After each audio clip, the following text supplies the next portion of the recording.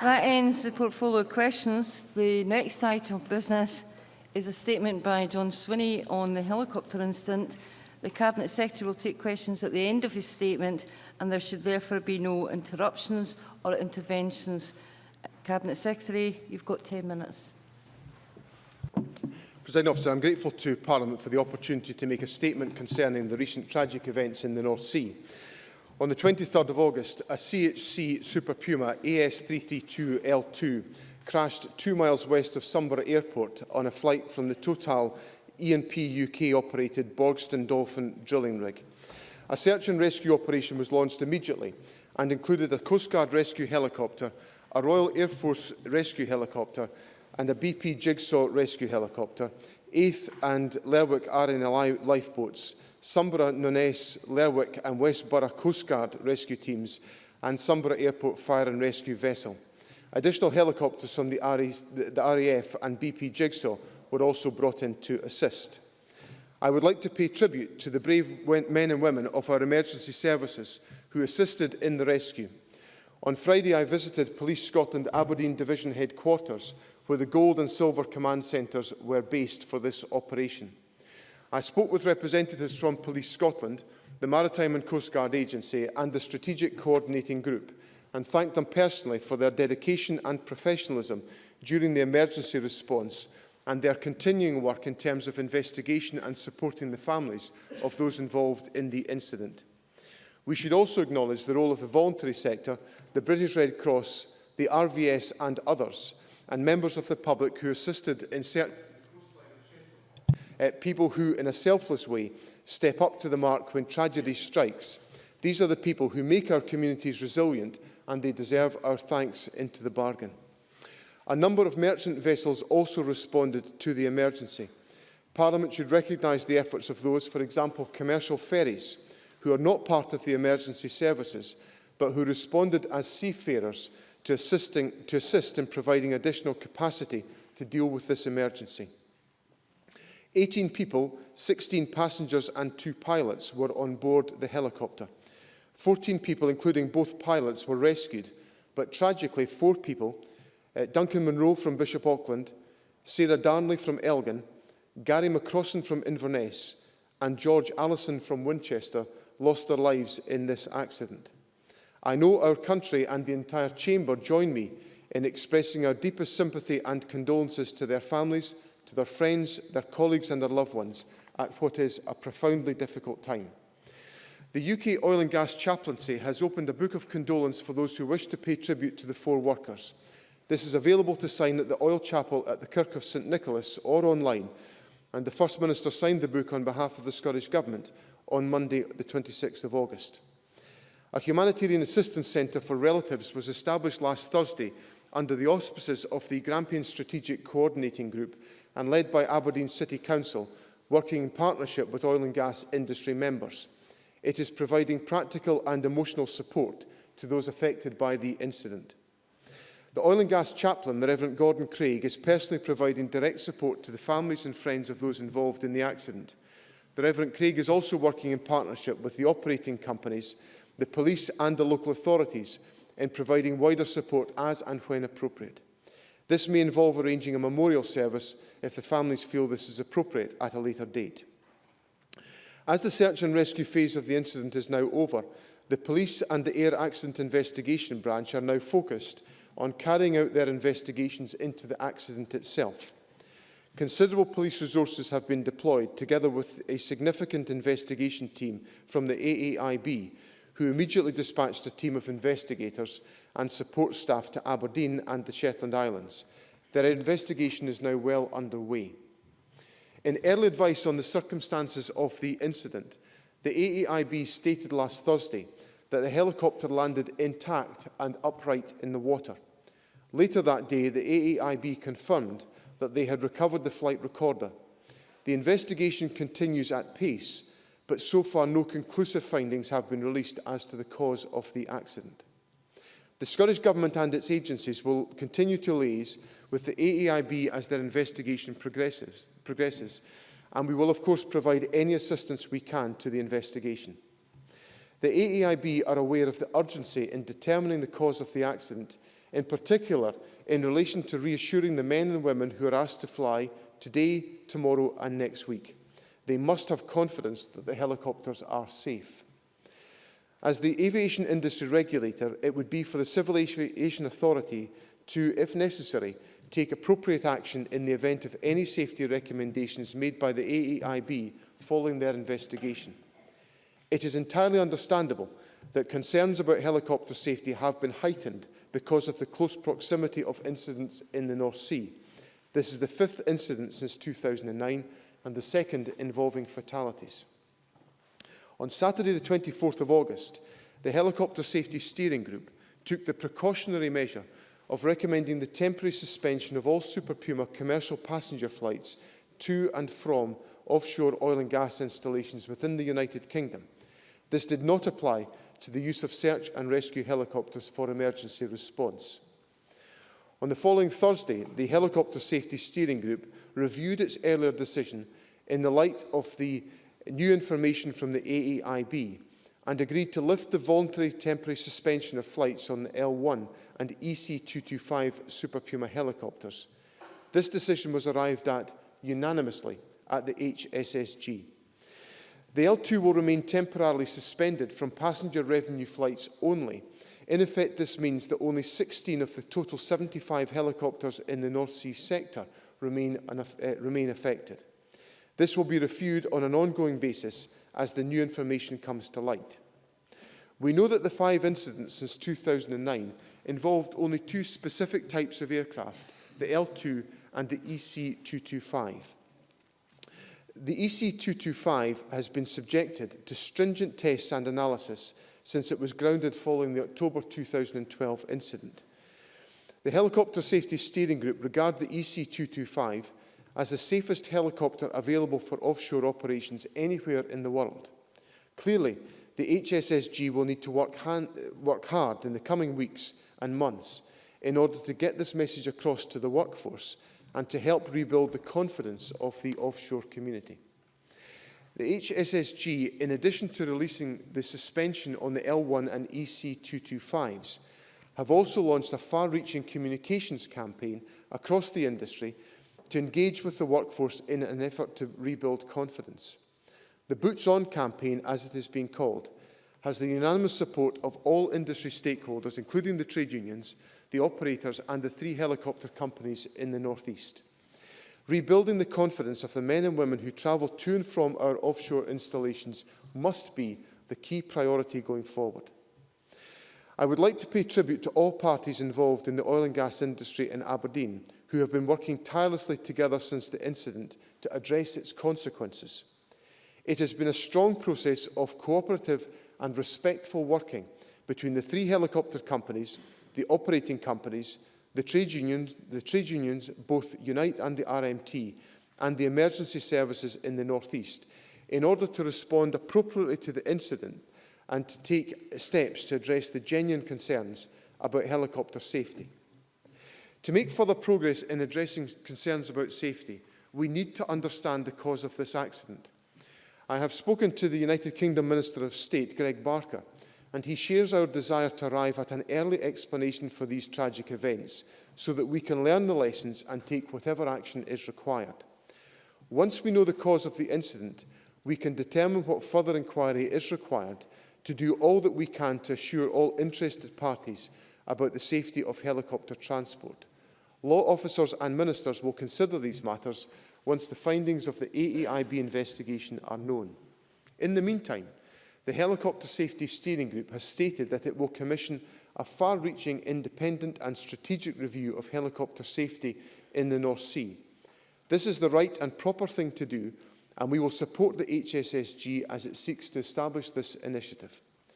An important foundation of this work must be ensuring that the thinking implicit in the Step Change initiative, which was a product of Lord Cullen's comprehensive and compelling inquiry into Piper Alpha, is applied to helicopter safety, just as it is applied to the production of safety cases installation by installation. The oil and gas industry will work collectively to learn lessons from this accident and to ensure that any safety recommendations are implemented quickly to enhance the safety of those working offshore. It is vital that the safety and security of employees is assured at all times. In the last 35 years, more than 60 million passengers have been carried to and from the platforms. Tens of thousands of flights take place every year. It is the industry and the government's duty to work with the trade unions and the offshore community to learn lessons from this latest accident and to take every possible step to ensure that safety is enhanced and remains the first priority of those who service the oil and gas industry in the North Sea sector. Thank you. That ends the statement from the Cabinet Secretary. If members who wish to ask a question could press the request to speak button now, that would be helpful. I intend to allow around 20 minutes for questions. Ian Gray. Thank you, Presiding Officer, and thanks to the Cabinet Secretary for his statement and for early sight of it. And I would like to add our condolences to his for those who lost loved ones in this accident, and also add our thanks to his for those involved in the rescue.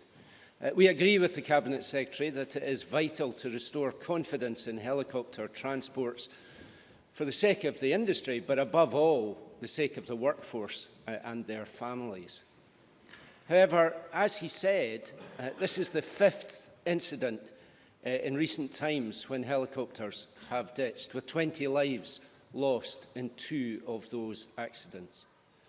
Whatever the conclusions of the air accident investigation regarding the cause of the August 23rd ditching, the truth is that there are wider questions now being asked to which the workforce will need answers to their strongest satisfaction if confidence is to be regained.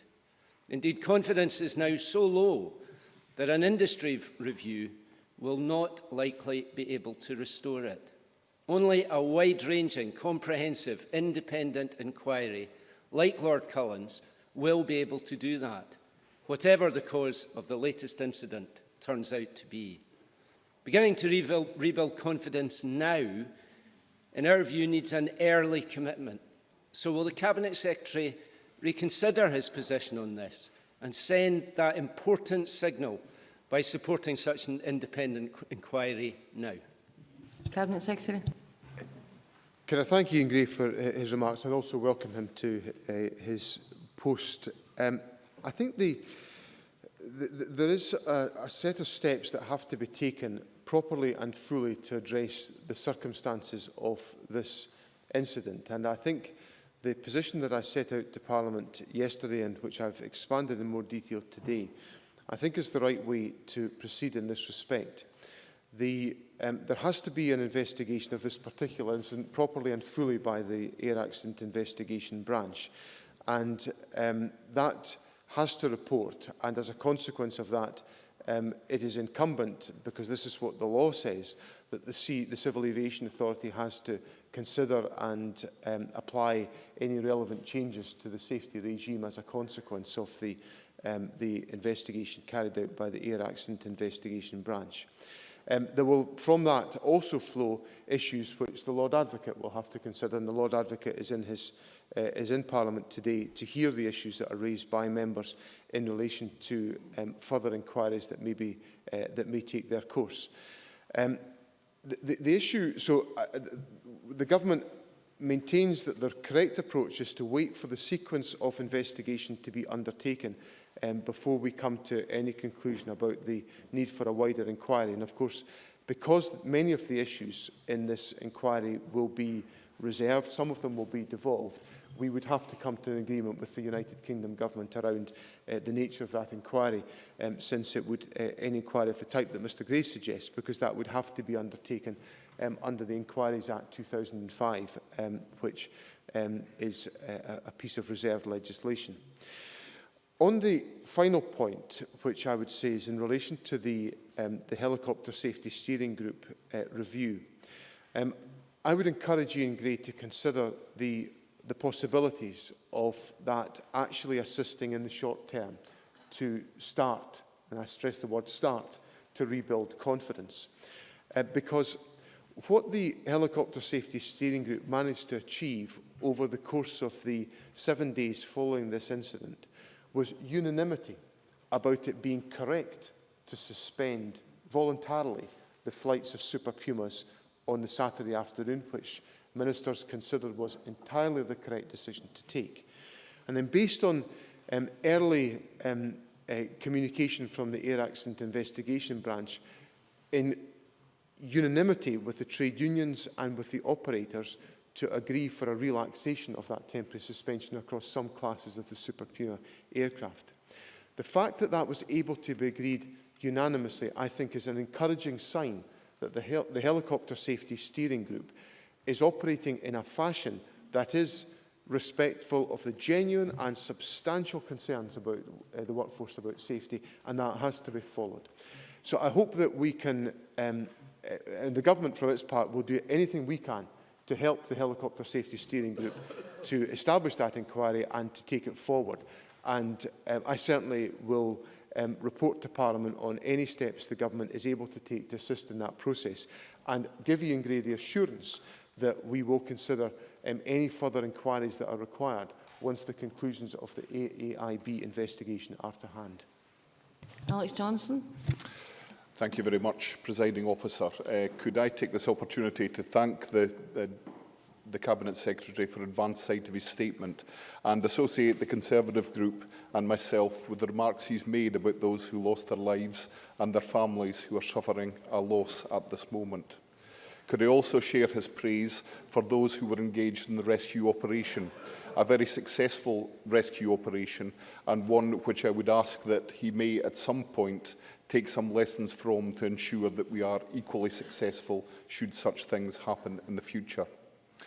Can I also give the Cabinet Secretary the reassurance that I believe he is correct in saying that calls for a public inquiry are premature, that the Air Accident Investigation Branch is the correct facility for the initial inquiry, and that ask if he agrees with me that the key issues here are both safety and confidence, and that any politician who does anything to unnecessarily undermine confidence of those who have no alternative but to travel by helicopter to their work in the North Sea on a daily basis is an irresponsible act to take. In that respect, I would wish to join and invite him to say yet again what he has said already about the Helicopter Safety Steering Group. The swift and decisive decisions that they made, both on suspending flights and returning flights of helicopters to the North Sea, have been an extremely important part in guaranteeing safety and confidence together. And would you also agree with me that the far-reaching and independent review of helicopter safety in the North Sea, which has been instituted by that group, is a vital first step towards building that confidence in future? Cabinet Secretary. Can I thank Mr Johnson for his remarks? He makes a very valid point in his opening remark about the need for us to be alert to preparedness in other parts of the country, and the fact that this incident took place very close to the coastline of the Shetland Islands, where there was substantial resource available in relation to the role of the Coast Guard Agency, the RNLI, and other players, was absolutely vital in ensuring that the correct resources were able to be deployed swiftly to deliver, to secure the survival of 14 of the 18 individuals who were involved in the incident. Clearly, time is of the essence in all of these circumstances, given the water temperatures that people would be enduring. So it is, he makes a very valid point about ensuring preparedness. Obviously, the government presides over an emergency response regime. It is tested on a regular basis in all sorts of different scenarios. After every incident, we review preparedness under the direction of the Cabinet Secretary for Justice, and it is important that we test those preparations in other scenarios and other parts of the country. I agree with him that safety and confidence are absolutely fundamental to this debate, utterly fundamental. And I think we have to take care about how we consider and how we express and pursue those issues, because ultimately individuals must feel confident when they get onto a helicopter, and it's very easy for people other than the folk who are in the boots of those people who are getting on those helicopters to think it's easy or it should be straightforward. That is something those individuals must be confident in, so we must be respectful of that process. One of the factors that the trade unions have said to me that weighed in their mind about the issue of agreeing to resume flights, the Super Puma flight, was that the concern of the workforce in trying to get off oil rigs and onto vessels, ships, which is another. It's not a risk-free process. So I think we have to just allow this issue to be considered very carefully by the Helicopter Safety Steering Group. As I said to Mr Gray and in my statement, the Government will do everything we can to ensure that the Helicopter Safety Group review gets off on the right footing and is well supported. And we will, of course, advise Parliament of any assistance the Government is able to make. Kevin Stewart, followed by Richard Baker. Thank you, Presiding Officer. I too pass on my condolences to the family and friends of those lost. And like the vast bulk of folk in the north east of Scotland, I have family and friends who are regular helicopter passengers, and obviously the situation is concerning. Can I ask the Cabinet Secretary what support can the Scottish Government give to an industry review on helicopter safety? Cabinet Secretary. It really will be something that we'll discuss actively with the Helicopter Safety Steering Group. We've had a great deal of discussion with them since the incident happened. That dialogue is ongoing, and we will discuss how the group intends to take forward the inquiry. What we will be bringing to that discussion is a determination to make sure that the process is as strong and robust as it possibly can be to ensure that the group contributes towards building confidence within the sector, and if there are particular ways in which the Government can provide resource or support to assist that happening, we will endeavour to do so. But it's a subject that we will discuss actively with the Helicopter Safety Steering Group, and I will advise Parliament accordingly. Richard Baker, followed by Mark MacDonald. Thank you, Can I also thank the Cabinet Secretary for his statement and ask him if he's aware of the concerns raised by the trade union Unite that 4 years after the 2009 Super Puma crash, the fatal accident inquiry into that incident has still not taken place, and that has not helped allay the anxieties of workers over helicopter safety after the most recent tragedy. Will ministers therefore support the work of my colleague Patricia Ferguson as she consults on legislative proposals to speed up the FAI process and do all they can do to ensure an FAI takes place as soon as it can into this most recent tragedy? Cabinet Secretary. I am aware of the concerns that Richard Baker has raised in Parliament today, and I've discussed those directly with the trade union. What I would say to Richard Baker, and I'm quite happy to make available to Parliament a timeline which perhaps explains all of the circumstances since the Super Puma helicopter incident on the 1st of April 2009. Because it goes through, and I have it in front of me just now, and it goes through in all the component parts how the time has elapsed. A lot of it is to do with the thoroughness, the very real thoroughness of trying to understand the issues that were addressed by the Air Accident Investigation Branch, and that takes up the best part of 2.5 years to get to the bottom of that point of inquiry. So I think I do appreciate the concern, but when you look at the time, when one looks at the timeline, I think it is clear that there are reasons why that has been the case.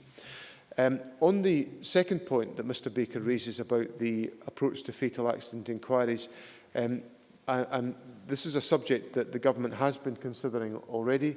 It's under active discussion by ministers. I'm quite sure the Justice Secretary or the Lord Advocate, or perhaps both, would be happy to meet with Patricia Ferguson to discuss the provisions that I know she is advancing, because these issues have been part of the consideration that the Government has been taking forward in this respect, because our desire is to have fatal accident inquiries as quickly as they can reasonably take place, But there is a sequence of events that have to be undertaken and parts of the process that have to be undertaken, not least of which is establishing whether there are any issues that the Crown needs to address in relation to criminal proceedings that must be exhausted before we can embark on a fatal accident inquiry.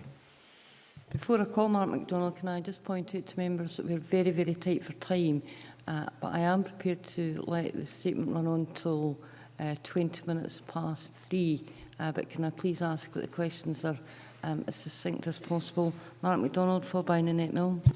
Thank you, Presiding Officer. I attended school with one of the victims of the 2009 Super Puma accident, and I too have family and friends working offshore and using helicopters regularly, so I understand the concerns that exist in the workforce and their families.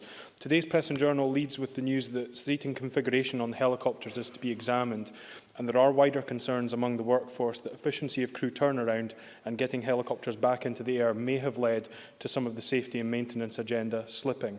Does the Cabinet Secretary agree that whatever the ultimate causes of the tragedy off the coast of Shetland, we must ensure that the wider safety regime is the primary focus of any review, and that operators must examine carefully whether they have struck the appropriate balance between safety and maintenance and the efficiency of crew turnaround? Cabinet Secretary. I think the last part of Mark MacDonald's question, I think, encapsulates the challenges and the issues that have to be addressed here. But ultimately, the primary consideration has to be the safety of the workforce, and that must drive. That was essentially the key point of Lord Cullen's inquiry into the Piper Alpha incident, in which Lord Cullen set out a regime which essentially was based on evaluating installation by installation the safety approach that was to be undertaken. I think some of the lessons of Lord Cullen's inquiry could well be applied in this circumstance, to recognise that there will be challenges in managing all of the issues around productivity and maintenance schedules and the whole sequence of events, but ultimately over all of that must be the attention to safety of the workforce involved, and that issue will be at the heart of the Helicopter Safety Steering Group's work, which can proceed to start to build confidence once again within the North Sea sector. Nanette Milne, followed by Christian Allen. Thank you. I too have a close family member who works in the North Sea and is currently considering onshore work in the light of events in the last few years. But going forward, given that the Norwegian sector also uses helicopter transport and appears to have a better safety record than Scotland, would the government support cross-industry discussions with the Scandinavian authorities to see if any lessons can be learned from their safety and maintenance regime? Practical and positive suggestion, and certainly we would support such an approach being taken. Christian Allen, followed by Lewis MacDonald. I would like first to thank the Cabinet Secretary for his statement. It will be heartfelt in the North East. I will ask the Cabinet Secretary whether it considers that the relatives of helicopters, pilots and of offshore workers should be represented at a senior level on the work of the Helicopter Safety Steering Group to give relatives a voice in the way forward for the industry. Cabinet Secretary. Over the days after the incident, the trade unions were actively involved in the work of the Helicopter Safety Steering Group. There were also agreements reached about ensuring access for representatives of trade unions to be on the rigs and installations themselves. So I think obviously it's a matter for the Helicopter Safety Steering Group to determine themselves, but I do think wide workforce participation would be helpful, and it's been helpful here in ensuring that we've been able to take steps that have commanded unanimous support amongst all the interested parties and players within this issue. Lewis MacDonald, followed by Dennis Robertson. Thank you very much. Given the vital input of the trade unions to the work of the Helicopter Safety Steering Group in reaching the correct decisions that they have reached over the last few days, and given that the Helicopter Safety Steering Group will conduct an inquiry, as the Cabinet Secretary says, will he agree to talk to the trade unions specifically about what further steps are required in order to restore confidence among the offshore workforce, and in particular, will he do so before discussing further the remit of any future inquiry with law officers and UK ministers? Cabinet Secretary. Since the incident, I've had a number of discussions with trade unionists about these issues. I'd be very happy to continue those discussions and to feed those into any decision-making that we arrive at for our purposes in relation to inquiries. And I would simply say that I think the Helicopter Safety Steering Group has demonstrated very good practice in the degree to which it's involved the workforce in the process that's been undertaken to date. Dennis Robertson, followed by Alice McInnes. Thank you, Presiding Officer. One of my constituents was on the flight that ditched in the North Sea with the tragic loss of life. Can the Cabinet Secretary give assurances to those that want to continue to work offshore that alternatives might be put in place rather than to fly with Super Puma? Cabinet Secretary. I think it's a rather difficult issue for me to determine here, Presiding Officer. As I indicated in my response to Mr Johnson, transfer from an oil rig to a boat is not without its risks, and that's something which will, I know, weigh very heavily in the minds of offshore workers. I entirely understand the concern and unease that Dennis Robertson highlights on behalf of offshore workers.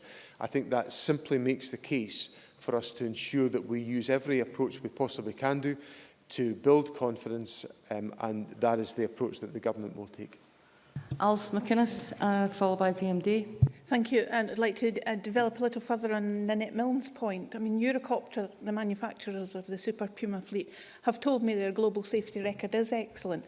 However, they recognise that with 5 incidents in as many years, flights between Scottish heliports and oil and gas installations in the North Sea, questions surely arise about whether there is something exceptional going on in the area. Has the Scottish Government considered comparative research about the safety record of similar aircraft travelling to and from oil and gas installations and how that compares to that of other countries? Will he work with its partners to establish whether this is indicative of any wider trend, and if so, seek to establish why? Cabinet Secretary. I think some of the answers to that question will lie perhaps in the issue that Mark MacDonald was raising about some of the considerations that are being made about the utilisation and the maintenance regimes of the Super Pumas. But that's me entering into the realm of speculation about some of the issues that may be involved. I think what we can do is we can encourage the Helicopter Safety Steering Group to take as broad a view as they possibly can do about the issues that are involved, and the Government will be only too happy to support comparative research that may assist in shedding light on these issues. Finally, Graham Day. Thank you, Presiding Officer. Given the importance of the Coast Guard to offshore safety, as was highlighted by its involvement in the immediate response to this tragic event, can the Cabinet Secretary provide an update on the issue of staffing shortages in the Coast Guard service around Scotland? Secretary. In my discussions in relation to this incident, I had a discussion on Friday, as I said, with the Coast Guard in Aberdeen.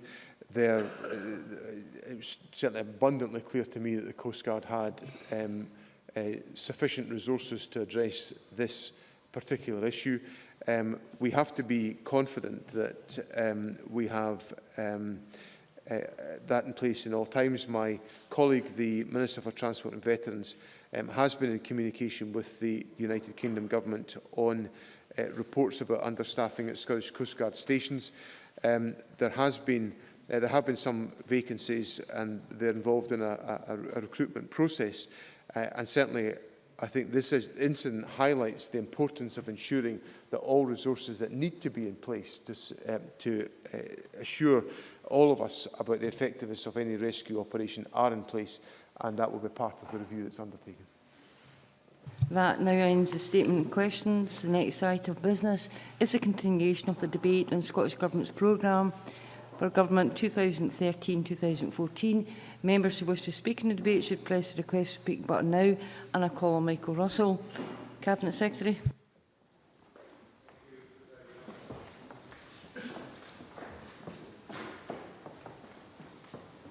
Can we get Mr. Russell, thank you. Thank you, Presiding Officer. Presiding Officer, in opening yesterday's debate, the First Minister not only set out our programme for government, he also reminded Parliament how, in the months ahead, while we might debate our particular views about education, health, employment or welfare reform, we should never lose sight of the kind of nation we are and, more importantly, the kind of nation we can become. Scotland must always play its part as a responsible global citizen. In recent weeks, the world has seen harrowing images of men, women and children in Syria injured and dying as a result of an illegal, unprecedented and abhorrent chemical weapons attack. An attack that must result in the trial of those responsible before the International Criminal Court. The UN has warned that as a result of this conflict, 10 million Syrians, half the population, will need humanitarian aid by the end of the year. Yesterday, it highlighted that more than 2 million people have become refugees fleeing this event. This marks the biggest humanitarian crisis of the century. We can't stand idly by. Every country in the world must help. That is why the Scottish Government is announcing today a new donation of £100,000 to help those struggling to survive in a country ravaged by civil war.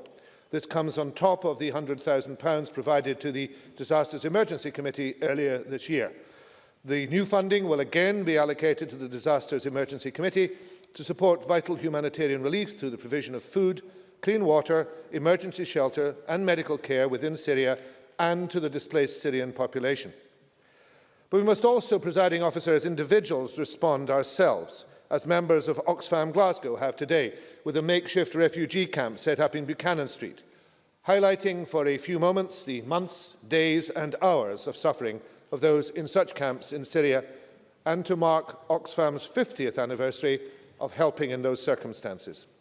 Presiding Officer, I am sure that the whole of the Parliament will welcome this announcement today and will continue to support such efforts. In his opening speech yesterday, the First Minister unveiled a strong programme of action which will support economic recovery and the creation of more jobs. These are measures to create a fairer Scotland and empower communities, as well as mitigate the impacts of Westminster's austerity measures on the people of Scotland. In contrast, the Leader of Labour came to the Chamber devoid of ideas and calling for things to happen which are already taking place. For example, she challenged this government to act now on childcare. But we're already acting.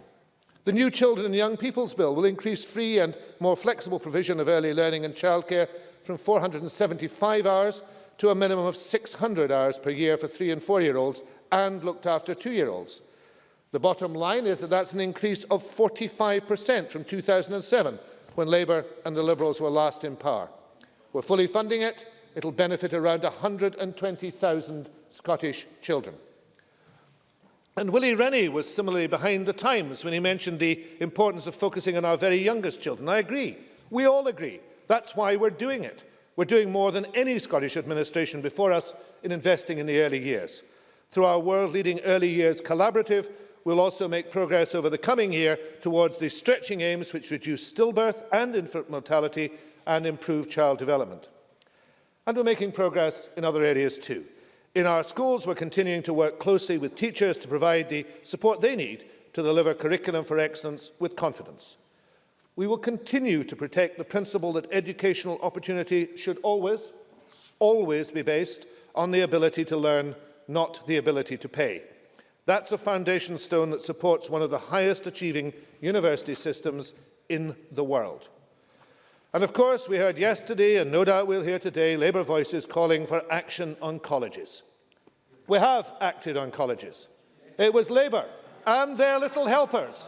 It was Labour, it was Mr Finlay and his little helpers who tried to scupper that by voting against widening access, against national pay bargaining, against better gender balance in governance, against college courses that lead to jobs. That is Labour's action on colleges. It's against the colleges that help young people. But throughout all this period... Oh yes, I give way to Mr Finlay. Neil Finlay. I wonder if the Minister would care to refer to the Audit Scotland report that said there was 40,000 fewer students in our colleges. Cabinet Secretary. Mr Finlay is accurate as ever. I will really miss him. I'm sure, like Neil, won't miss him now he comes to health, because his accuracy is as questionable as ever. The Audit Scotland report indicated the progress that was being made, and every young person in Scotland knows that progress is being made. Unfortunately, Mr Finlay and his party don't keep up with progress. Throughout this period of essential change in the sector, we've maintained also our manifesto commitment to maintain college numbers. Indeed, a record number of young people are now studying full-time in our colleges, and the number of hours of learning per student has increased by 36% since that party was last in power. And this investment in colleges, presiding officer, has helped Europe's only dedicated Minister for Youth Employment to reduce youth employment from a peak of 113,000 to 77,000. That's still far too high, but it is progress, and we'll continue to make progress. Presiding officer, yesterday the Labour leader referred to a speech I gave in Glasgow in March. Her account of it was, of course, a little different from the press account of it the next day, but then Labour living in a fact-free universe is nothing new. In that speech, I outlined the actions the government is taking to bear down on educational inequity in Scotland, something that our predecessors tried to tackle, to be fair. There's much we can do, and I'll outline more of it shortly when I speak to the Scottish Learning Festival later this month. But there are things we cannot do without completing the powers of this Parliament. With control of taxation, welfare and labour market regulation, we can bring to bear on education and attainment those things which will accelerate and expand the progress Scotland must make to eradicate poverty as a determinant of educational destiny. Cabinet Secretary, could you begin to wind up? Presiding officer, I believe in change for the better in Scotland. That's why I came into politics. The record of this Parliament demonstrates the decisions made in Scotland about Scotland are best for Scotland. That applies to all decisions. They need to be made here. Ultimately, in my own portfolio, as in all others, that can only be achieved by securing independence on the 18th September 2014. And as the clock ticks towards that date, presiding officer, let's approach it as I hope we'll approach this debate this afternoon, with passion, with vision, with courage in our abilities as a nation. So in that spirit, I am pleased to open this second day of debate on the Scottish Programme for Government. Thank you very much. I now call Jackie Bailey to be followed by Annabel Ewing. Presiding officer, we on these benches welcome the announcement by the Cabinet Secretary about the additional funding to help refugees in Syria and to commend the activities of the many charitable organisations working on this across Scotland. But, presiding officer, there were few surprises in the First Minister's speech yesterday, and neither was it surprising that he spent most of his time talking about independence. In fact, we're getting used to that now. It's about the only thing that SNP ministers and SNP backbenchers talk about. It's in every speech, every press release, every question, and his ministers, when they pipe down a little, parrot the line that whilst wringing their hands, if only we had independence, if only we had the power, then we could do whatever it is you want. Everything from making the sunshine to Scotland winning the World Cup. But the majority of Scots, have rumbled the SNP. They know that that is simply an excuse for doing nothing. It is entirely about putting Scotland on pause.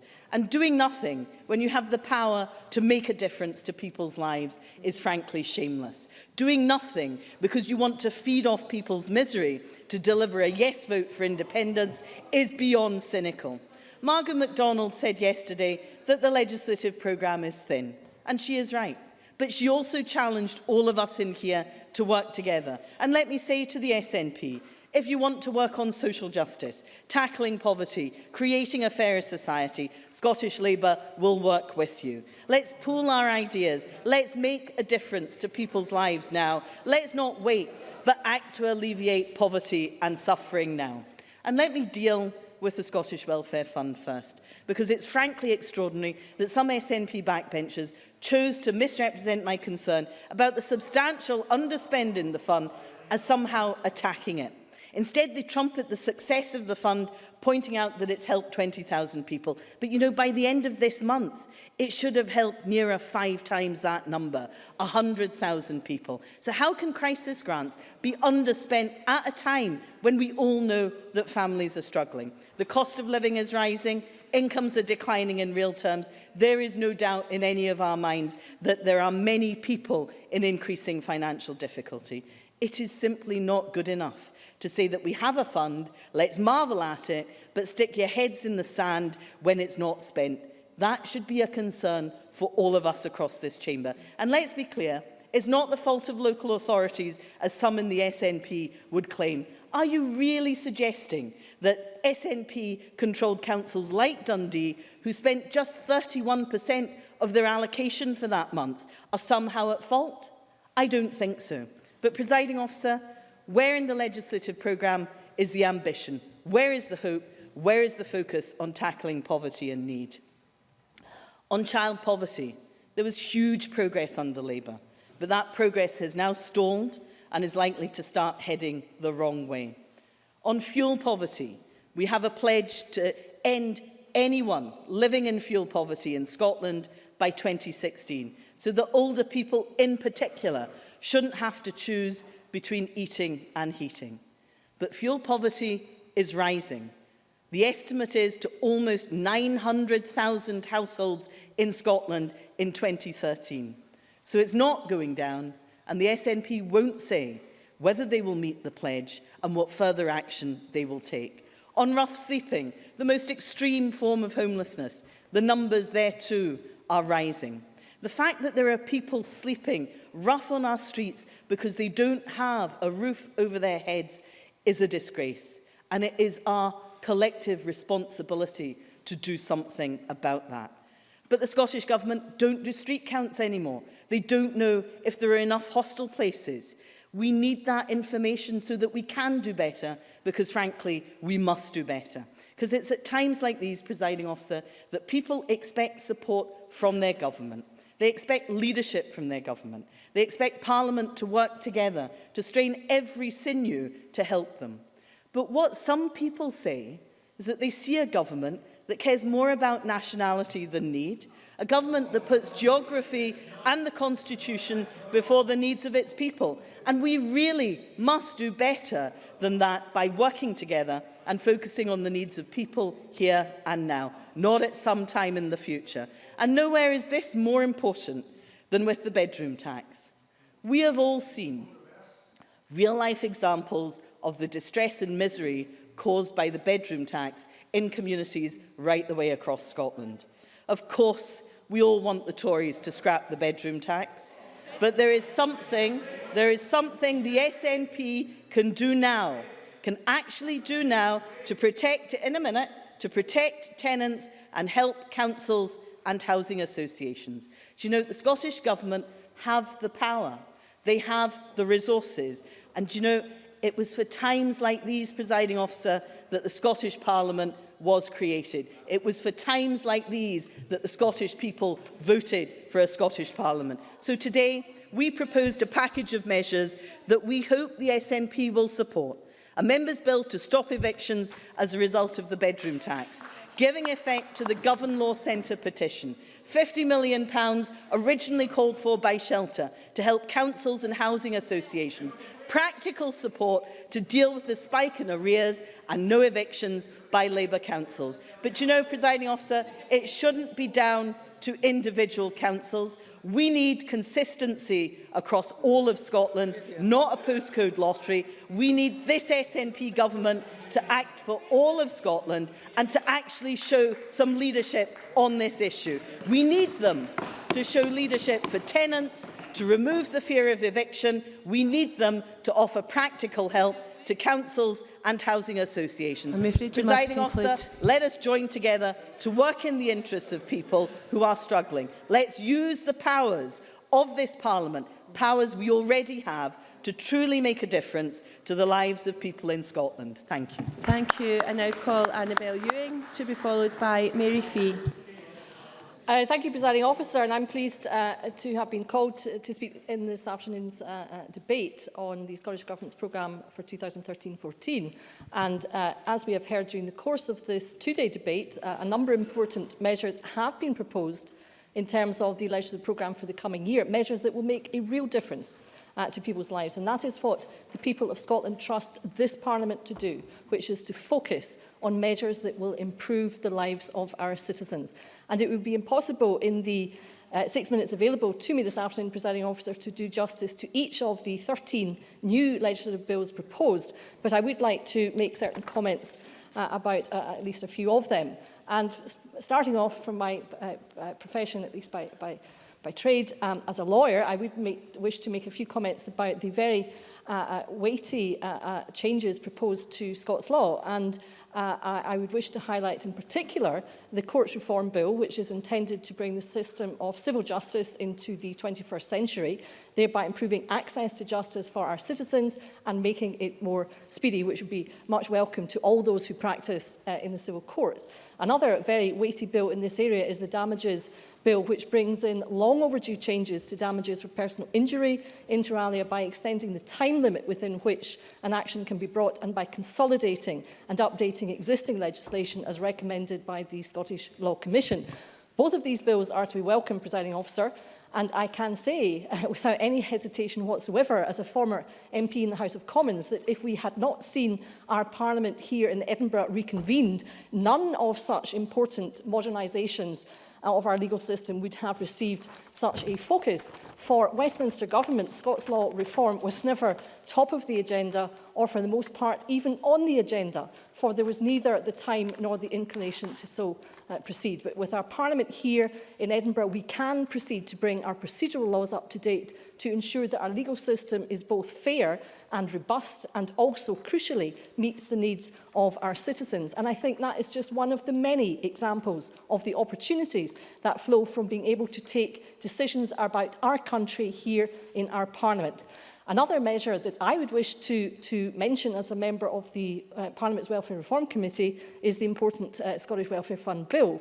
And this will indeed provide a statutory footing for the Scottish Welfare Fund, which was set up in April of this year. And I very much welcome the recognition by the Scottish Government in setting up this fund, the recognition of the importance of there being a safety net in our society for those facing hardship. That is a key fundamental principle that surely must underpin any welfare system in a civilised country. But again, Presiding Officer, contrast has to be made with the Westminster system of government. It still retains power over all other key aspects of the welfare system affecting people in Scotland, yet it has removed the safety net for our most vulnerable citizens. And as we heard yesterday in the very eloquent speech from my colleague Christine McKelvey, MSP, the Westminster Government have reached a new nadir in its treatment of our most vulnerable citizens. For people who are terminally ill, such as those with motor neuron disease, have been told by the UK Tory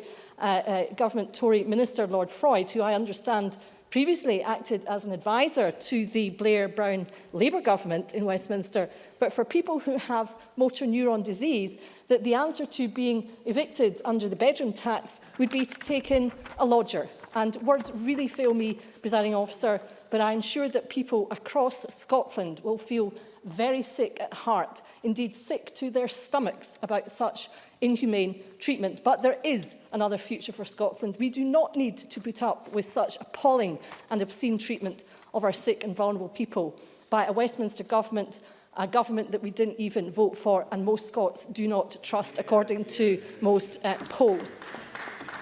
We can complete the powers of this Parliament by taking to ourselves power over welfare, for we have shown that with the very limited power that we have with respect to the Scottish Welfare Fund, we can create a fair system based on civilised principles. And surely then that is the better future for Scotland, for the people who care most about Scotland, the people who live and work here, to take decisions about the welfare system that they would wish to see operate in Scotland. And I would say, having heard Ms Bailey's contribution, her usual negative contribution, I would say, to these kind of debates, that I, for one, do not see why it is that people in Scotland, particularly most vulnerable people, should accept the second best approach, the limited ambition of seeking to mitigate measures taken by other governments that we do not vote for. Why do we not seek to have the power to take these decisions for ourselves? With respect to the bedroom tax, it should perhaps be pointed out for the record, Presiding Officer, that it is the SNP that has said quite unequivocally that in an independent Scotland we would abolish the bedroom tax within 1 year of Scotland taking its rightful place in the world. The Labour leader, Ed Miliband, has failed yet again today to commit to abolishing the bedroom tax. So I think Ms Bailey should reflect further on machinations within her own political party before she comes to this chamber. Finally, Presiding Officer, in my last few seconds. I would wish just to mention, as a member of the Independence Referendum Scotland Bill Committee, that in addition to the 13 new bills set out yesterday by the First Minister, there are, of course, a number of other bills currently undergoing legislative scrutiny, including the referendum bill. This provides the framework for the vote in 2014, and I would conclude, Presiding Officer, by saying that a yes vote is a vote for Scotland to get the tools it needs to secure a prosperous and fair society, and a yes vote means that the decisions about Scotland are taken by those who care most about Scotland, and that is the people who live and work here. Scotland's future in Scotland's hands, Presiding Officer. That sounds very good to me indeed. Thank you. Thank you very much. Mary Fee, to be followed by Stuart Stevenson. Thank you, Presiding Officer. The next year is, in no doubt, a very important year for Scotland. And if yesterday is anything to go by, it will not be about what really matters to the people of Scotland. Jobs, security, shelter and hope, but a year plagued by the ongoing fight about the Constitution. And like many on these benches, I became involved in politics through trade union activism to help people in our communities and workplaces, not to debate the Constitution.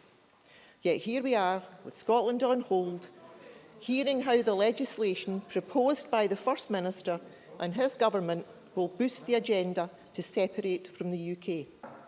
Scotland stands still and suffers under the SNP's separation agenda. We heard yesterday that Scottish Labour MSPs plan to bring forward a wide range of bills over the coming year, each of them tackling the issues in the real world. Better buses benefiting communities and people, not the Brian Souters of Scotland. Greater and improved services for deaf children and families. And changes to the organ donor system that will save lives. Presiding Officer, Scotland is facing a housing crisis, the biggest in over 60 years and since the end of World War II. New housing supply is down by 14%, new completed housing down by 13%, and affordable houses down by 13% also. So maybe members on the SNP benches can inform the Chamber, inform people waiting on housing lists, and inform those needing an affordable home why their manifesto pledge from 2011, which stated clearly to build 6,000 socially rented homes each year, has been abandoned and replaced with affordable homes.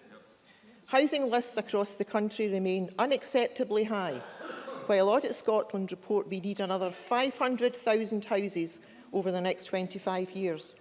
No, I'm sorry, Presiding Officer, yesterday I listened to speech after speech from the SNP benches, and it was about their jam tomorrow plans for separation. And to be honest, it got a bit like Groundhog Day, when we should be talking about real issues, the real issues that I want to talk about. So no, I'm not taking an intervention. Housing lists across the country remain unacceptably high. An Audit Scotland report we need another 500,000 houses over the next 25 years. Now, it doesn't require a PhD to assess that with house building falling and demand increasing, housing will continue to be in crisis. No, I'm sorry. Until the Scottish Government accepts it needs a vision deserving of those it aims to help. Order, please. The member's indicated she's not giving way. The housing bill due over the coming months will be closely scrutinised and the true detail revealed. And although the First Minister promised to strengthen protection for tenants in the private rented sector, security of tenure must be a priority for the Government.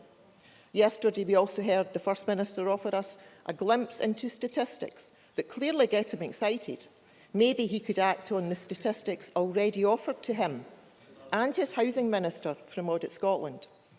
Since coming into office in 2007, the housing budget has been slashed by more than half by the First Minister and his government.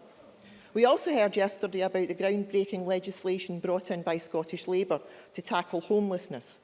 The 2012 target only set out to rehouse those who became unintentionally homeless. But we now need to move towards tackling the issues of so-called intentional homelessness. And let's be clear, no one aims to be intentionally homeless, but more has to be done.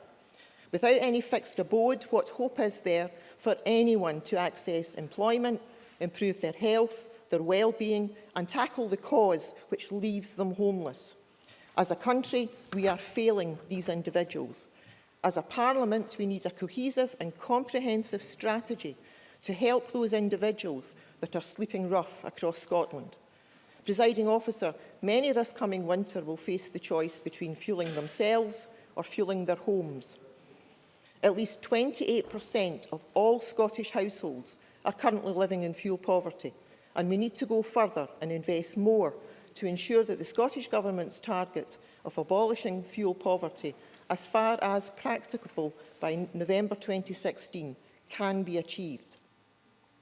And this means further investment, as Energy Action Scotland called for in October 2011 to the Economy, Energy and Tourism Committee, arguing that there needs to be greater investment to reach that target, a message that the Scottish Government has failed to heed.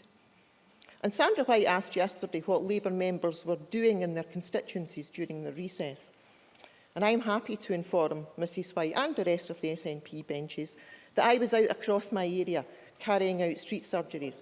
And the single biggest issue brought to my attention was housing. I visited housing associations and heard how cuts to the Housing Association grant has damaged new build programmes, reduced the reserves and contributed to such a poor record in house building. New builds and starts have dramatically reduced over the last year, leading to Shelter Scotland commenting that even with recent additional cash injections, Scotland simply isn't building enough new homes, and the Scottish Government could use its budget to make housing a priority. Philip Hogg from Home Scotland said 25% reductions reinforce the fact Scotland is mired in a housing crisis. Come to conclusion, please. And in finalising, Presiding Officer, I'd like to paraphrase a quote from Clement Attlee. When he was asked, "Where are all the people I need for my programme by Nye Bevan?" Attlee responded, "Looking for houses nigh." Maybe the First Minister, when not conducting his own polls, should ask, "Where are all the people I need for my independence?"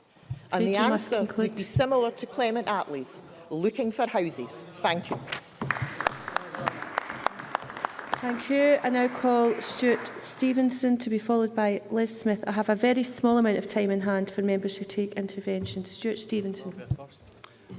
Thank you, Presiding Officer. Members may recall that just before recess, the Subordinate Legislation Committee, of which I'm the Deputy Convener, was translated to a higher purpose and is now the Delegated Powers and Law Reform Committee.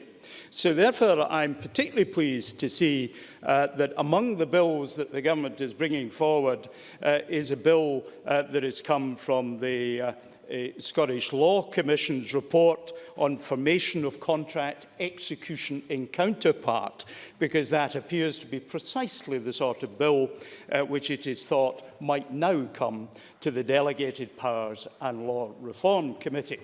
Now, this is a little modest bill, one might imagine, but it actually steps right back into some of the history of Scotland, and I will come to that later in my jamming session about this exciting piece of legislation. What the bill essentially is about is providing to businesses three things: security, privacy and certainty when they are conducting contract completion by other than the traditional means of bits of paper and everybody having to get to the same place. Essentially, it creates a legal framework whereby we can send, with security, privacy and certainty, documents across the ether and complete contracts. Now, that saves effort, that will speed things up in business, and that, I'm sure, will very much be welcomed. It's part of course, a wider agenda to use the electronic world to speed up processes in business and in government. Much more of our life is now online, and businesses want the legal certainty to be able to use the online world to a greater extent. Now, to make this work, relies on a piece of software called RSA, developed by three eminent gentlemen, Rivest, Shamir and Edelman. The fact that we call it that, and it comes from these three gentlemen, a Hindu, a Muslim and a Jew, incidentally, working together, which is quite interesting, is entirely due to the UK government, because the UK government had a brilliant scientist called Clifford Cox, who, working for GCHQ, actually developed this technology in 1973.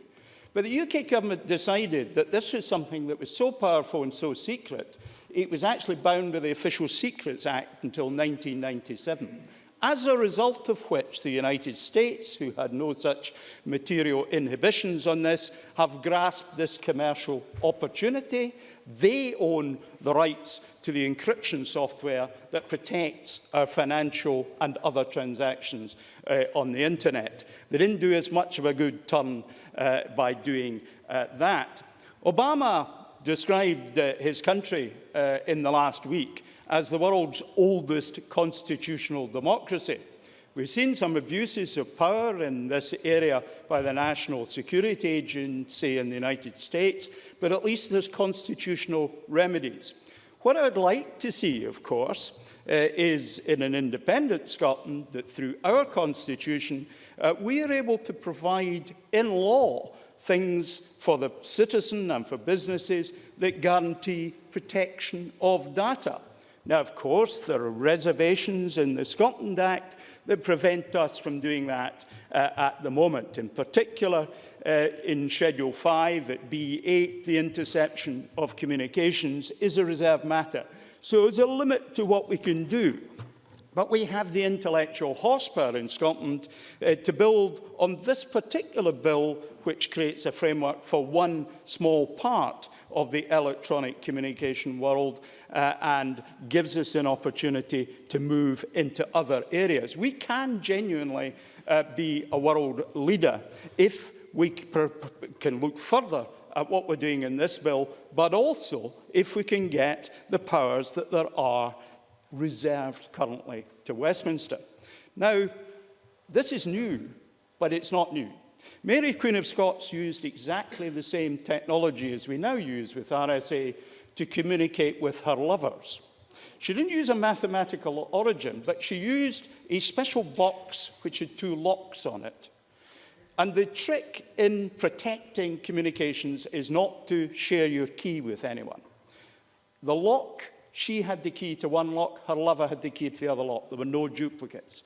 The box, the message was put in it, she locked her lock. It was sent to her lover, he locked his lock. It was sent back to her, she unlocked her lock. It was sent back to him, he unlocked his lock. So in an insecure world, this box could travel around, nobody could open it. That's the technology that this bill is going to put at the heart of a particular piece of our legislation. Well done, Mary, Queen of Scots. First Minister coming from Lithgow, where she was born, of course, will be particularly pleased. But, Presiding Officer, I no longer have time. Do forgive me. But the member is concluding. Yes. But it perfectly illustrates, I think, a fundamental point about where we are. Many of the things we have to do, I can only speak of them in the following terms. We're limiting ourselves, when we use devolved powers, to using a teaspoon to bail out the consequences of the substantial problems that we face, the financial tsunami, the cuts from Westminster. Let's get to using the bulldozer of full powers so we can do so much more. Presiding Officer. Thank you. Liz Smith, to be followed by Christine Graham. Deputy Presiding Officer, could I first of all open my remarks by putting on record our welcome for the new funding that's going to be made available to the refugees. I don't think any of us who've watched the very harrowing pictures on television could do anything other than think we bear some responsibility for taking some action. Besides the 13 new bills that were announced yesterday, one of the core planks of the Scottish Government's programme for business this session is, of course, the Children and Young People's Bill. It's a substantial bill and one which has implications for several policy areas and other pieces of legislation. The Scottish Conservatives agree with some of the stated intentions of that bill and some of its actual proposals. In particular, we agree that we should do much more to increase a collaborative approach and ensure that children's services are delivered more effectively with better qualitative measures. We wholeheartedly agree with the plans to extend childcare, making it easier for parents to get back into work and easing the financial pressures on hard-working families. And we wholeheartedly agree with providing greater backing for the young carers and kinship carers, many of whom do tremendous work with at times very little support. This Parliament, on a cross-party basis, has made it very clear many times now that it recognises the focus that needs to be placed in key areas in this respect, and I think the evidence which has been submitted to several committees of this Parliament already about the need for additional focus in the early years is compelling. That said, Deputy Presiding Officer, there is much in this bill about which we have fundamental concerns, both from a substantive and a procedural and drafting basis. Most notably, we are against the unmistakable status and centralising philosophy which permeates so much of it. As was stated by Professor Kenneth Norrie at yesterday's Education Committee, the bill in its current state allows ministers to have more powers which are open-ended and which are not well defined. As we know from the witness submissions, there are concerns about the proposed extent of data sharing, the extension to the powers of the Children's Commissioner, and the ability of ministers to meddle in family life. Despite the very welcome points about childcare and kinship care, the bill, taken in its entirety, is designed to take an unacceptable degree of responsibility away from many parents and professionals and hand it over to ministers and bureaucrats. That is something with which we fundamentally disagree, as indeed do some very powerful voices who have raised their concerns over the summer recess and who have now submitted their responses to the Education Committee. We therefore want the Scottish Government to review its approach to this bill, specifically to ensure that the limited resources that are targeted at the most vulnerable children and that responsibility is placed in the right hands, both in families and amongst professionals, and not in the hands of government. In particular, we want the Scottish Government to review its policy on named persons, the issue which has already aroused the greatest degree of controversy and concern. For some, it is a matter of detail, but for others, it is a matter of basic philosophy. The Scottish Conservatives are concerned about both.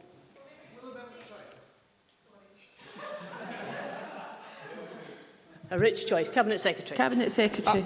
I hear what the member is saying, and I think it is worth discussing the issue of named person, but I would urge her to discuss it not just in this chamber. Yesterday I visited a primary school in Forfar, met a young man, I don't think you'll mind me saying this, in primary 7, a looked after child, who, by the availability of a named person, that is his teacher, had been able to get through some very difficult experiences in his life. And I think it is important that we talk to those who are affected rather than perhaps to organisations or to politicians. Liz Smith.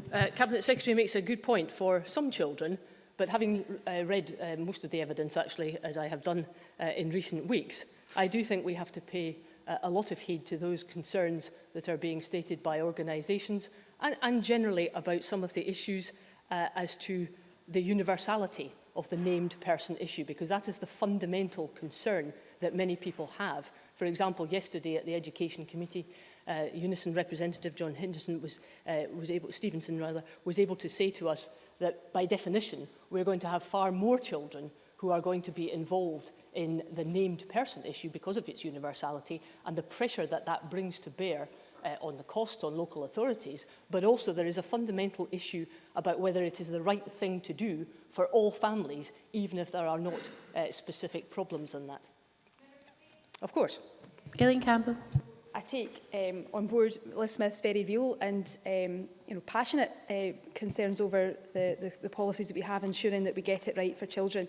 I would like, in the same spirit as the Cabinet Secretary, to point her to some of the work of the Highland Authority, the GIRFEC Pathfinder there, which shows that there has been real savings, real a cutting through of bureaucracy, a real benefit to the end user being the child themselves over the named person. So I think she's painting a picture that's wholly negative, when in actual fact there are very many positives about the named person. But I do appreciate her views and would offer to her that we will be able to talk through this as the bill progresses through Parliament. Minister, I thank you for that intervention. I think we're meeting next week about these issues. I don't deny that there are huge benefits from the GIRFEC principles. I think all parties in this Parliament support that.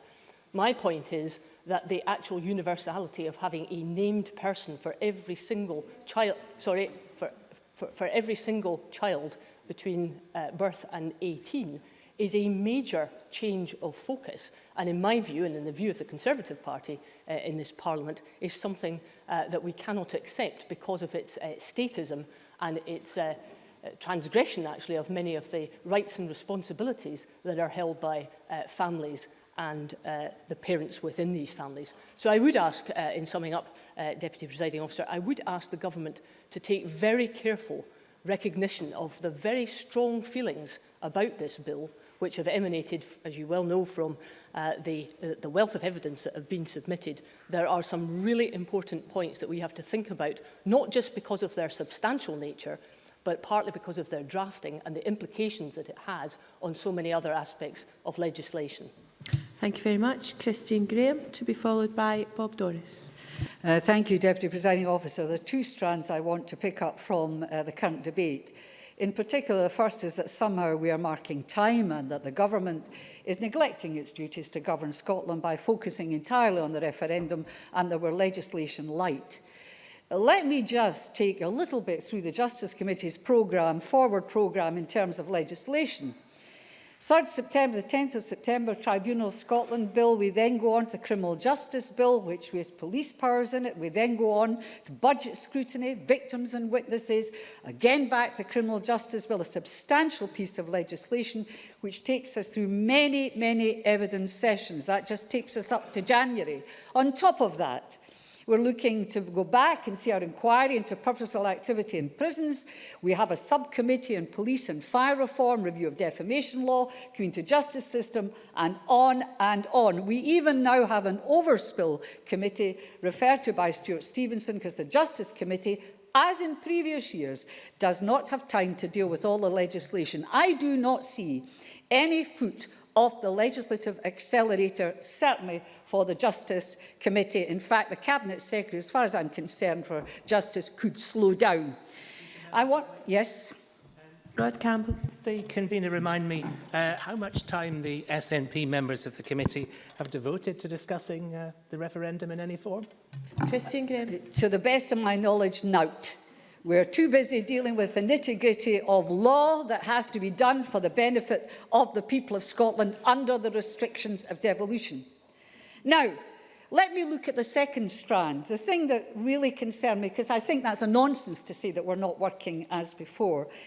I'm most concerned, as somebody who's been a socialist all my life, that when we touch things like punitive payday loans, bedroom tax and food banks, I share exactly the same concerns as on the Labour benches, but we can't do anything real about it in here. We can't do anything substantive about it. Let me take, for instance, Joanne Lamont's comments yesterday. Quote, today Wonga's announced profits of 62.5 million. Where are the funds for a loan guarantee fund to stop people falling into the hands of extortionate legal moneylenders? I support credit unions. I'm a member of a credit union. I contribute to a credit union. But that does not deal with reserved legislation on punitive rates of interest, does not deal with legislation on advertising, on regulation of broadcasting, which is at the heart, and beyond that, does not deal with the poverty that's driven people into those positions, including people in work. Because nearly 50% of the people in poverty are in work. There are not the deserved and the undeserving poor. They're all in it together, to use that abused term. Yes. Margot MacDonald. If I may presume my friendship, Presiding Officer, and hope we'll still be pals afterwards. I did suggest some time ago that we could consider reintroducing the idea of the law against taking too big a profit. And has it been considered by the Justice Committee or anybody else? I regret to say, as I went through the Justice Committee's timetable, we have little time to pause and look at it. But I did hear what she had to say about the law of usury. Very significant, something that the government requires, so that we don't have all the powers at hand to deal with everything else that goes with it, which is the macroeconomic climate that's driving Scots down further into poverty and making a bigger gap between those who have and those who have not. And I want what the people on the Labour benches want, but we won't get it fiddling around the edges in here, and I'm tired after 14 years pretending that we can do something real in this Parliament about it. Malcolm Chisholm had it when he said, in a wonder, he said, finally, where is there anything about the bedroom tax except rhetoric against laws from London? It's the classic example, the best example of all, that emphasises what we cannot do and forgets what we can do. Absolutely right. We can't do anything real about the bedroom tax. We can't do anything about those things. But we get the fallout. We get the illness, the bankruptcies, the homelessness, the despair, the pressures on the NHS, the justice system, our councils, individuals, communities, the whole nation. Why are we pretending we can do anything about it without having independence, the ability to get the governments we elect, not one Labour MP, now in a Tory government with a few Liberal Democrats, but a government that Scotland votes for and puts the priorities, which in this chamber we share, particularly across those benches, but will never be delivered till we have independence. Thank you. I now call Bob Doris to be followed by Graham Pearson. Thanks very much, Presiding Officer. Could I start by welcoming the announcement of additional cash from the Scottish Government to help where it can mitigate some of those terrible problems we're seeing in Syria right now with the refugees.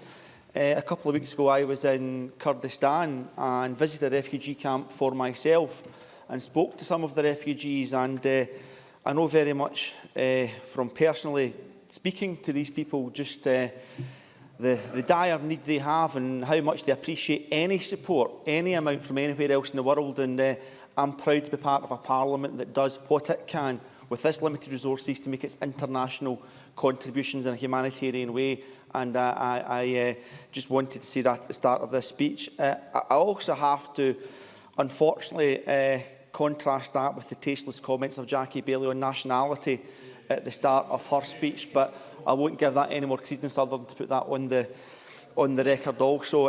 This party, this government will base its policies, its position on what is not just best for all the peoples of Scotland, no matter where they come from, but where it can, all humanitarian interventions right across the world and meet our international obligations. It's not about nationality, it's about the human condition and helping everyone. Many Labour speakers have chosen to ignore the legislative programme that's been put before us, and they have instead sought to indulge in negative contributions which did little to comment on or scrutinise the legislative programme before us. So, not for the first time in this chamber, it'll take an SNP MSP to scrutinise the government's legislative programme, and I think that's something the Labour Party perhaps have to be mindful of in terms of being fit for opposition, never mind government. In doing my bit for scrutiny, I want to talk specifically about the Bankruptcy Consolidation Bill. And I'd ask colleagues to look closely at this bill, and we stress that the bill could be vitally important to improving debt solutions for some of the most vulnerable people in Scotland. This bill will build on the good legislation in the last session, which I helped to scrutinise at committee stage, of the Homeowner and Debtor Protection Act. Presiding Officer, I want to get into some specific detail of a problem that still exists, however, and I'll ask for the Chamber's indulgence in doing that. There are currently 3 core debt solutions for those in personal debt with no realistic hope of finding a way out. There is bankruptcy via sequestration or the low-income, low-asset route. There's the debt management, debt arrangement scheme, and there's also the route of protected trust deeds. There may be others, but these are 3 core ones that I wish to concentrate and focus on. The appropriate debt solution will depend on individual circumstances, of course. For instance, homeowners with substantial debt may benefit from a protected trust deed, which could protect their family home from repossession and achieve a workable debt solution for that family. Legislation brought in by this government. Others, non-homeowners with a certain level of debts, may be best served by the low-income, low-asset route into bankruptcy. It would be wholly inappropriate, Presiding Officer, to offer a protected trust deed for someone who would clearly benefit from that low-income, low-asset route. It would evidently be completely inappropriate. Presiding Officer, I believe protected trust deeds are being offered irresponsibly to vulnerable tenants in Scotland. Protected trust deeds can lead to a debt repayment scheme costing many thousands of pounds to tenants and take them several years to pay. It also still leaves tenants personally struggling financially during that debt repayment plan. But those advising on protected trust deeds, and there will be many good advisers in the marketplace, I would like to put that on the record, but some of those advising may not be giving the best or clear advice, and those advising are getting finder's fees of over £1,500 to put people through the protected trust deed process, perhaps inappropriately. I hope the Scottish Government will use the Bankruptcy Consolidation Bill to regulate debt advice in this area and ensure that any debt advisers who offer that kind of flawed advice that I referred to are driven out of the sector. Of course, it could be inappropriate or incompetent advice, but it could also be cowboys within the marketplace, which we should drive out, and we have the regulatory powers within this Parliament. Debt advisers offering other debt solutions such as protected trust deeds or other debt solutions have to be registered with the Scottish Government's accountant in bankruptcy. We could make it so that those who offer advice and protected trust deeds are also registered with the accountant in bankruptcy, and if they do not fulfil their functions properly, they would no longer be registered with the accountant in bankruptcy. I merely give one solution to improving the situation of people. In the time that I have left, Presiding Officer, I did want to very briefly, with your indulgence, refer to two other aspects of the legislative programme before us. First of all, the housing bill. And I would have hoped people would come forward with ideas for what could be in that housing bill with improving the quality of housing, rather than sniping from the sidelines of our heads. I would like to give one thought to how we can improve the quality of housing in Scotland. I think we have to go much further in the private housing sector, and we have to find ways of rewarding good, registered private landlords and incentivise them to improve their stock where we can, and we have to find ways of clamping down further on the cowboys. And I'd give a note that I think we have to do more in putting obligations in the private rented sector in terms of electrical safety. And finally, do I have time, Presiding Officer? Really, the time is your time is up. Well, I will just leave it at that, but I'll just sum up by saying that there's a lot in this legislative programme that if members in this chamber took time to actually read it and think constructive about it, they could see something meaningful in this chamber. And that's what you should do if you're an MSP, and not let yourself down as the Labour Party have done over the last 2 days. Thank you. Graham Pearson, to be followed by Chick Brodie. Thank you very much, Presiding Officer.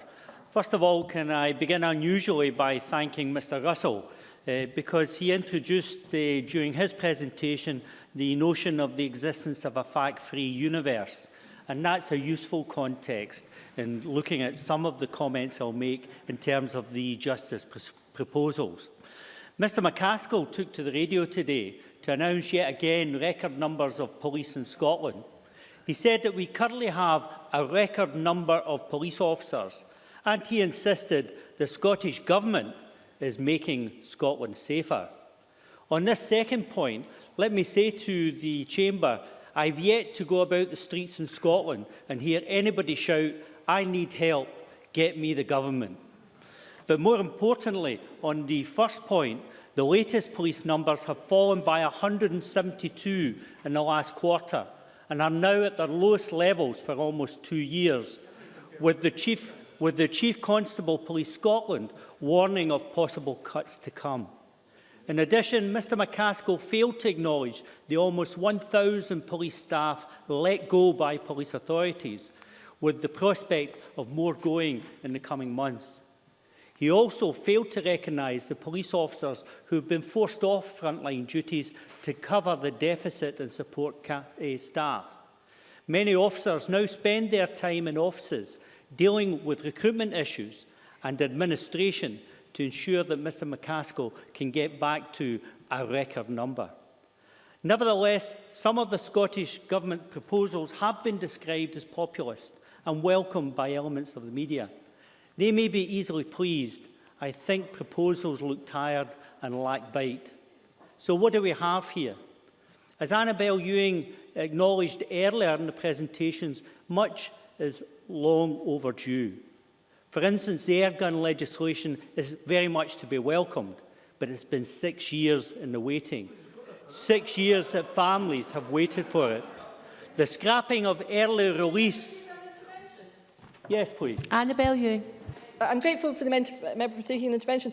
The point I was making was that, of course, over the long years that we have had Westminster Government deal with matters, particularly during the absence of this Parliament being reconvened, there were really very few opportunities for Scots law to be progressed. On the issue of airgun licence, I think it would be fair for the member to recognise that we just got the power to deal with that issue. Graham Pearson. I think it's fair also to acknowledge that they opposed the changes in these powers. And what we've had is 6 years of promises, and at last we're seeing some action. On the scrapping of early release, that also would be good. But Mr McCaskill's bill of scrapping early release is aimed at a very tiny proportion of offenders, and it's not enough. I have a letter from the Scottish Prison Service to a victim's family indicating the family is not entitled to be informed on every occasion that a prisoner is released into the community, and that the Scottish Prison Service has rightly a duty to treat prisoners humanely. It's time that this government faced its duty to treat victims and witnesses with the same sense of duty. Unfortunately, I don't believe current proposals meet that criteria. In the scrap metal licensing proposals, there's no mention of the need to ensure cash transactions are banned and thereby remove profit motive for thieves and vandals. It's half a solution in the current state, and yet the Cabinet Secretary and the Lord Advocate both spoke warmly of the need to deal with this problem. But it took 3 days of commuter disruption in Aberdeen to finally produce a half-baked response from Mr McCaskill, and the response just doesn't cut it. What could he have done, and some suggestions? We could have dealt with some better asset recovery legislation. We could have introduced something in relation to human trafficking. The regulation of security industry ahead of the Commonwealth Games is a regulation that's been delayed since 2007. The new lobbying legislation to prevent corruption in politics, an effort to tackle alcohol abuse, reforms of criminal verdicts and the criminalisation of the purchase of sex. These are issues that, if tackled, will help to protect those most at risk in our society, all ignored as the government fails to provide real substance. Where is the vision for today in Scotland amongst the First Minister's promises of mañana tomorrow? I said these proposals look tired. The Cabinet Secretary's bag of promises looks empty and seems that a 7-year itch is just around the corner. The licensing bills may improve and extend powers for local authorities regarding taxis and private hire care and the lap dancing clubs. However, the false assertion that the First Minister's government has stabilised prison population is on course to reduce it is indeed flying in the face of reality. Prison population is up to 8,100 as we speak, and the government's own forecasts indicate it will rise further to 9,500 by 2020.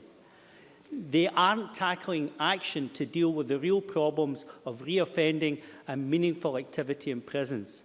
Audit Scotland has identified the problem and would seek to deal with reoffending, which is stuck around 30%. We know what improvements are necessary. 2006 set out a strategy. It needs to be delivered. What about major improvements implementing the justice system?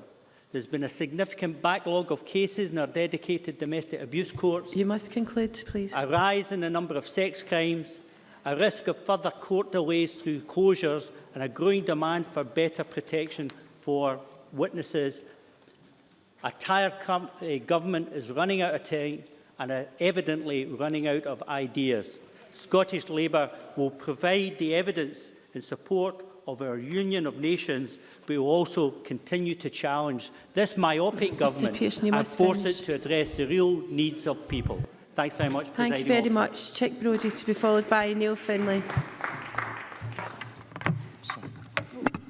Thank you, Presiding Officer. I, of course, support the Government's programme of bills for 2013-14. But before I do, if I may, I'd like to get into the... Before I get into the meat of that, I'd like to make a very small point. As my good friend Mike Mackenzie keeps telling me, and rightly, that we should all remember that in this year we have the privilege of being in the front row seats in the theatre of history. And now, however our fellow Scots, as the main audience, may react in 379 days' time, to them we all collectively, all of us, have an obligation. And that also to the other millions across the globe watching this momentous period of our history. It's an obligation for us to maintain some elements of dignity and courtesy and integrity when we review the elements of the bills in this programme, and to eschew the tribalism, the facile, cosmetic tribalism in many cases, and the sort of personalisation inherent and characterised in major contributions yesterday in this Parliament. It diminishes us all, and above all, it diminishes this Parliament. Now, whether or not we move inexorably, as I believe we will, to independence, let us at least scrutinise this programme and others on substantiated evidence, not some of the stuff that we've heard this afternoon, to support what I believe are honestly held and differing political and economic journeys that we each in our own ways and collectively wish to travel. So in that context, Presiding Officer, and in the context of this programme, we ask the following questions. And with or without the constitutional issue, does this programme add value to economic recovery and job planning in Scotland? Does it provide a foundation for a more equitable Scotland? Does it embrace in a meaningful way a plan to empower our communities, our small businesses? And does it create, after all, a fairer Scotland? Because that's what the journey for all of us, should be about. It's about the kind of country we wish to see and to embrace the natural characteristics which I believe the Scottish people display. That's why, Presiding Officer, my first comment is that any nation that seeks economic success and all that flows from it, health aspirations, wealth aspirations, improvements in social infrastructure and so on, an economic success that can only be predicated in a nation that has at its heart a capability to apply and gather its own taxes. That's why I welcome the Revenue Scotland and Tax Powers Bill as a historic first step in accepting responsibility for the setting and collection of taxes in Scotland. A power that will set us off on our journey to develop a tax regime that will eventually determine a fairer and more equitable tax system that eschews the current and disproportionate Westminster one, where the income gap between the richest and the poorest in the country is the second largest or the second worst in the world. Of course so. Will that tax system include substantial cuts to corporation tax? Dick Brodie? I'm not sure what the point is. Sometimes I believe that it's better to sit still and say nothing in case you're thought to be foolish than to stand and confirm it.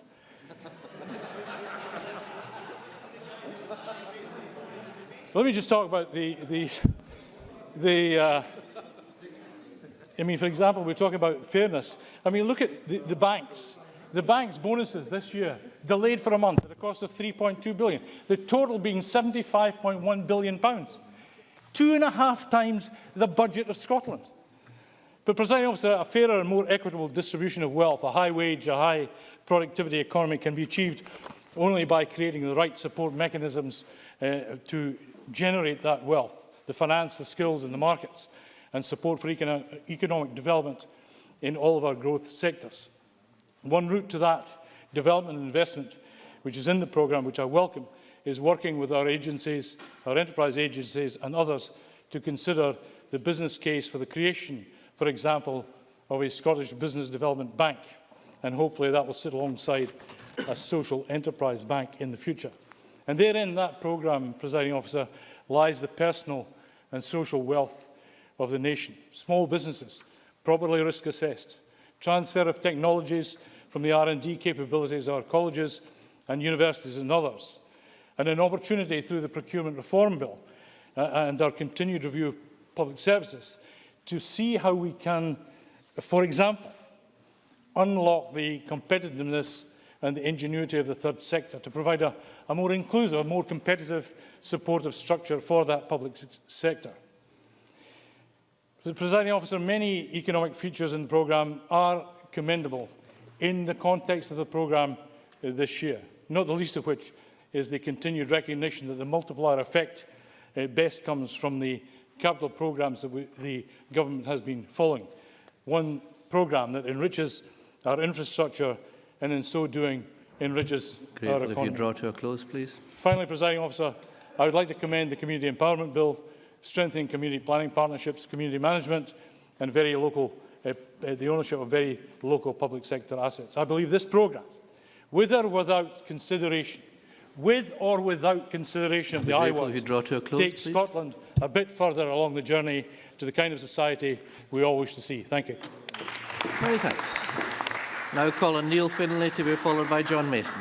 Thank you, Presiding Officer. I am afraid I have to repeat much of what my colleagues in this side of the chamber have been saying since the debate began yesterday, and suggest to the Government that this legislative programme really does show a crushing lack of ambition from the SNP Scottish Government. Rather than use the existing powers to tackle the problems and issues facing our people today, rather than look to use the powers that we have to tackle poverty and improve education, health and equality and invest in our public services and people, the Government has put on hold any effort to address the day-to-day struggles of ordinary Scots and instead, of course, chooses to use legislative inaction as a referendum tactic.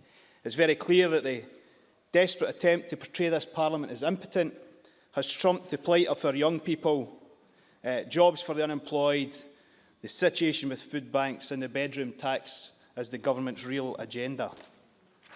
Last week I met with people, certainly. Jamie Hepburn.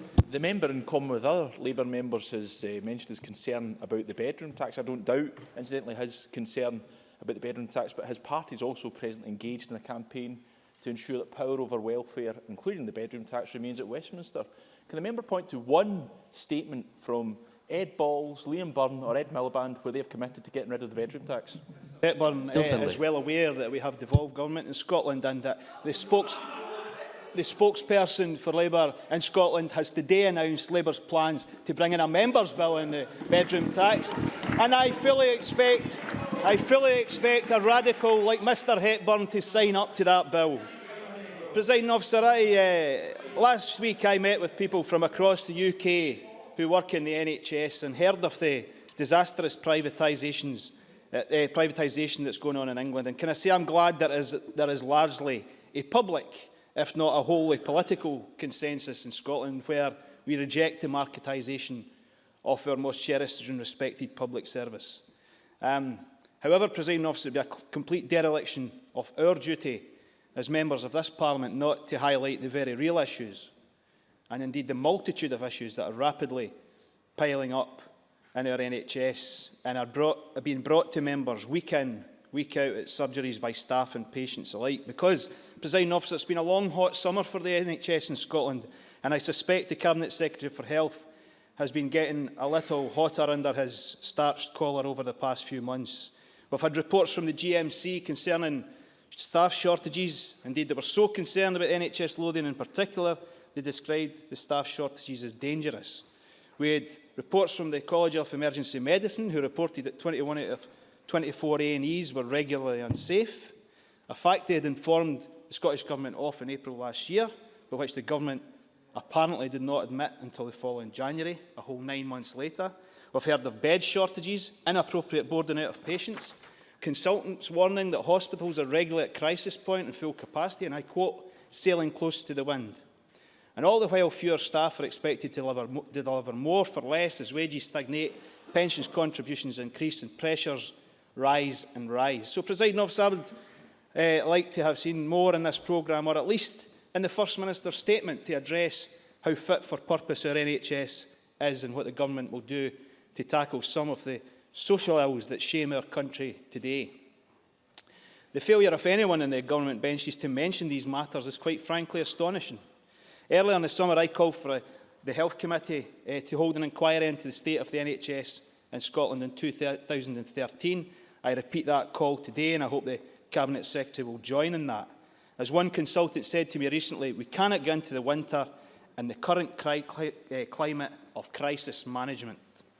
Presiding Officer, Scottish Labour wants the integration of health and social care to succeed and improve the care for older people in particular. Labour-led councils are doing some fantastic work in this field, and we will closely scrutinise the passage of the Public Bodies Joint Working Bill, and where proposals are good we will support, but we will also seek to amend the legislation to make it better and fit for purpose, and the same applies to the Mental Health and Adults with Incapacity Bill. I hope the Government support the Members' Bill being put forward by Richard Simpson and Graham Pearson on alcohol, Drew Smith on organ donations, and Labour's proposals for a new health inspection regime. These are all positive health and wellbeing proposals. And I hope that all sides will support the Living Wage Bill being put forward by my colleague Kezia Dugdale. Here is a clear example how the Government can use the powers it has to directly put cash into the pockets of the low-paid, or alternatively, it can choose not to. Time will tell. And of course, as we've already mentioned on the hated and obscene bedroom tax, there's no bill to amend housing legislation to protect tenants from eviction. Powers are there, but they choose not to do it. So Labour will introduce a Members' Bill on that. I regret that Christine Graham has left the chamber, because her speech of despair was not about the socialism I recognise. Because as a socialist you have to be an optimist, and I'm one of those kind of optimistic people, as you all well know. And it would appear... On you go. Members in his last minute, no interventions. Members in his last minute, Mr Patterson, you're drawing to a close. I would ask you to join the Labour Party, Mr Patterson. We'll instill some optimism in you. But there, of course, and finally, Presiding Officer, can I say, prior to the summer recess, the Government came and told me they would take over my bill on lobbying transparency. It is cross-party support. The consultation has been done. The bill could have been drafted over the summer, and yet no bill. Why no bill? Can someone from the Government front benches tell me that? Please.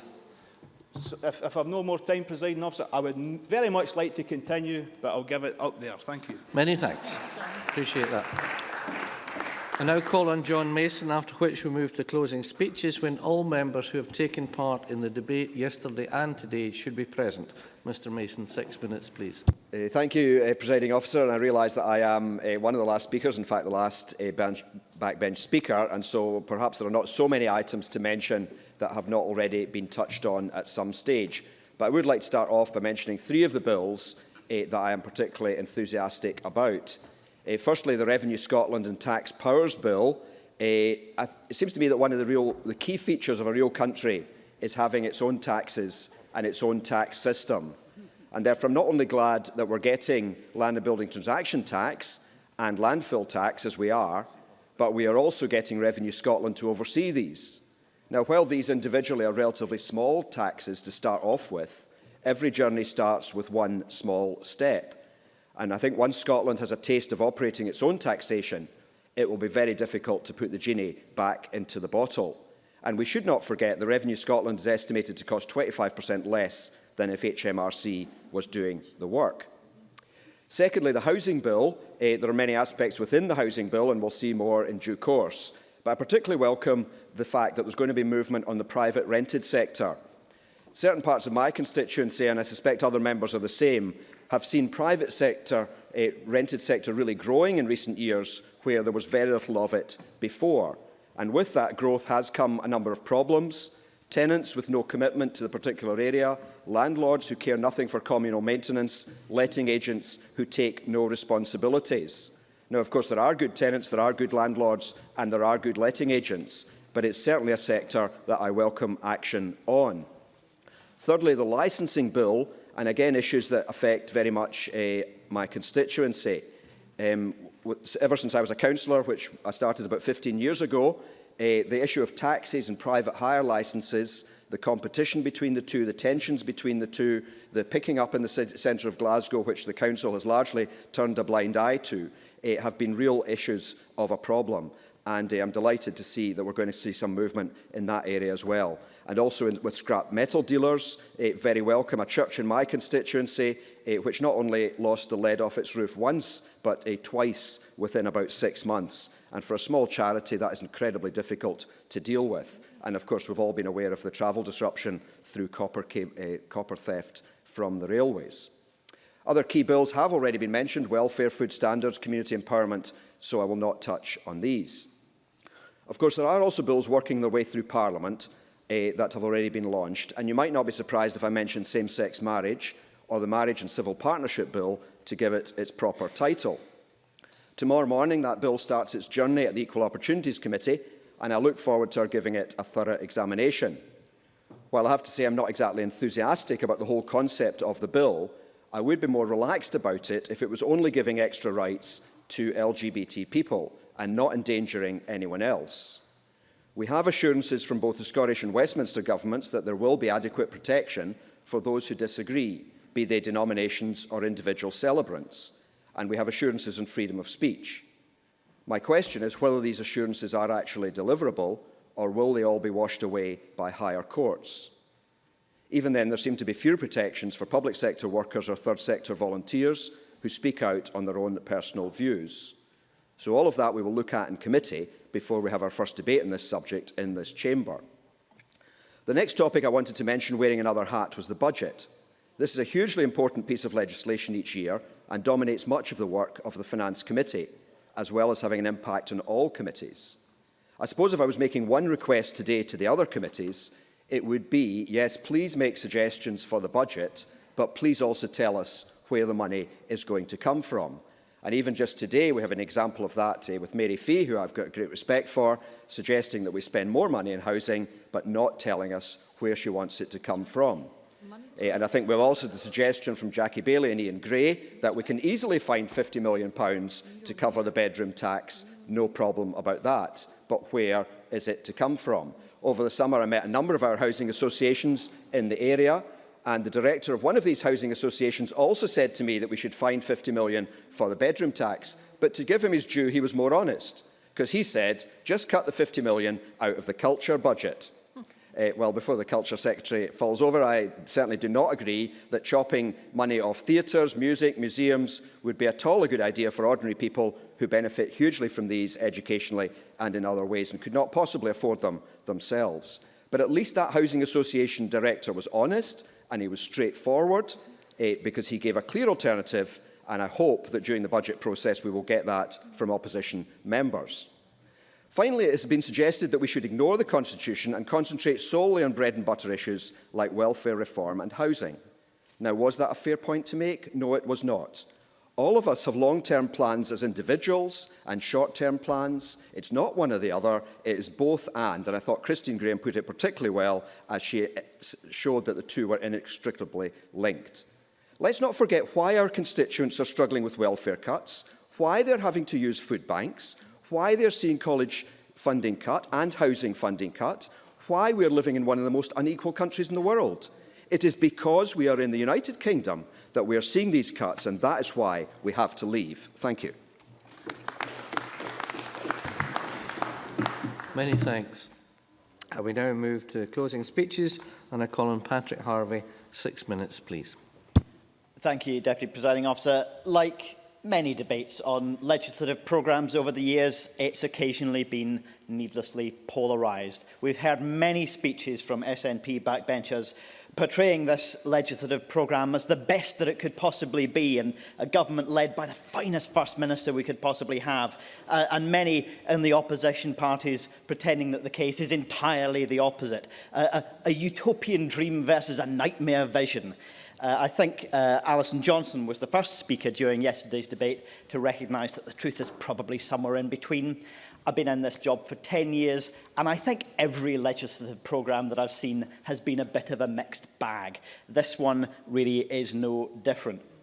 Some things to welcome, some things to oppose, to welcome with caution and to scrutinise, and certainly some missed opportunities. It's the same every year, whoever's in government. And I don't think Alex Salmond is a hero or a demon. I think he's a politician.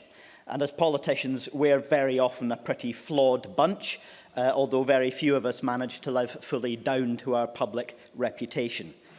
The two themes that I want to look at, the government's argument, and in particular the First Minister's argument about a social wage, and casting this legislative programme as a further step in articulating this concept of the social wage, versus criticism from the other side that we have a government on pause, or a government that's become a campaign. To quote the First Minister from his speech, "Far from being a something-for-nothing culture, the social wage is a contract that we have with the people of Scotland. To suggest that that is something for nothing is to mimic the bankrupt ideology that prevails in the Westminster Parliament." Well, I very much welcome those words. I wish they were showing through in a bit more reality. We're still here. I lost count of the number of comments about competitive tax environment. Tax competition has been one of the real flaws in that Westminster ideology. A pro-big business agenda where we see bungs continually going not only to big businesses in general, but often, occasionally, even to tax dodgers and those who facilitate tax dodgers. If we're serious about moving away from that flawed ideological model at Westminster, we need to make that a reality. Jackie Bailey's passionate call, on the other hand, for action now on the bedroom tax, well, I get that, to quote someone, and I haven't seen the detail, but I hope to be able to support her bill. I think we should be not only straining at the limits of the available powers that we have, but also acting for the future. And that's the frustration that I had with that whole debate running through both days. Figures on the Labour benches saying that we can only act now with the powers that we have, and figures on the SNP benches saying that we can only act once we have all the powers. No, we have to do both. And I say to colleagues who want the same outcome as I want next year, we have to strain with every bit of muscle we have against the limits of the existing powers of devolution in order to articulate those limits, in order to show people that it's not enough power, and in order to indicate our intent. But when I listened to the words that I agreed with from Jackie Bailey about action on the bedroom tax, though I did agree with it, I found myself reminded of the source of so much disappointment with New Labour during its 13 years in government at Westminster. They did throw extra cash at things that they believe in. Many of them were things that I believe in, but they didn't address the structural causes of the poverty and inequality that they were seeking remedial action to deal with. We saw the gap between rich and poor continue to widen, even as Labour tried to put safety nets in place. And that's simply not enough. I had an exchange with Christine McKelvey, an intervention yesterday, about the post-war movement towards a greater social justice, towards greater equality, closing that gap between rich and poor. And it was the Thatcher government onwards, including those 13 years of New Labour, that saw the dominance of a market-led, ever more unequal centre-right consensus, which has always failed the many, even though the UK political parties are still clinging to it. But for those three dominant political parties in the UK, it's not just a chance to change one party for another, to swap one UK government for another. There is a problem with that Westminster mindset. Recovery, economic recovery, for too many of them, simply means getting back to business as usual. All priorities subordinated to the self-defeating pursuit of everlasting economic growth. We saw that centre-right economic model functioning and achieving economic growth, and it didn't achieve greater equality because the social and environmental costs of growth which were generated were heaped on those who were least able to defend themselves and who benefited least from that economic growth itself. Let's not make the same mistakes here. The debate that we're engaged in about Scotland's future, Deputy Presiding Officer, should not paralyse the urgent political, social, economic and ecological challenges that we face. It must encompass them. But we have the opportunity to be the generation that faces up to those challenges, not hid from them. To be the generation that took the power to ourselves. Let's not be the generation that wakes up in 20 years' time and regrets the failure to take those opportunities and to vote yes in the referendum next year. Let's be the generation that took the power, took the opportunity and started to make our society the better place that it can be. Many thanks. I now call on Liam MacArthur. 6 minutes, please. Thank you, Deputy Presiding Officer. This debate started with a statement for which the amount of obedient clapping was in inverse proportion to the level of substance. It then spanned 2 days, allowing many contributions and issues to be raised. But there was always the sense that it was, to coin a phrase, the referendum stupid. The mood was set by the First Minister. His speech boiled down to, my priority is independence, it's why I'm in politics, everything else is only on the list to make me look more rounded. Joanne Lamont rightly observed that rather than a government, we have a campaign in office. No matter the issue, no matter the concern, the answer from the government is always handpicked from the same list of 3 options. It's Westminster's fault, although other legislatures and scapegoats are available. We need more powers, and don't be distracted by the extent of powers the Parliament already has, or it will all be magically sorted once we are independent. The result, as Jackie Baillie said again today, is that Scotland is on pause. This Parliament is in a holding pattern, and the act of not deciding is raised to an art form, with every hard decision farmed off to an expert panel expected to act as a human shield till things calm down a bit, and certainly after the White Paper is published. No, I won't, Mr Mackenzie. That would be bad enough in normal circumstances, but when we're struggling to emerge from the biggest economic crisis to face this country in generations, it is inexcusable. This should be the government's priority. As Willie Rennie pointed out, for example, the number of Scottish companies taking on apprentices is lower than elsewhere in the UK. Our 2 governments should be working closely together to address this. The £2,000 national insurance rebate from the UK government from April could allow businesses here to increase apprenticeships in Scotland. And the Enterprise Capital Fund, the Green Investment Bank, offer further opportunities for collaborative action by both Scotland's governments in the interests of Scotland's economy. Yet Mr Salmond elevates his place in history above the needs of those he was elected. We were all elected to serve. With no hint of self-irony, he treated us yesterday to devolution's greatest hits.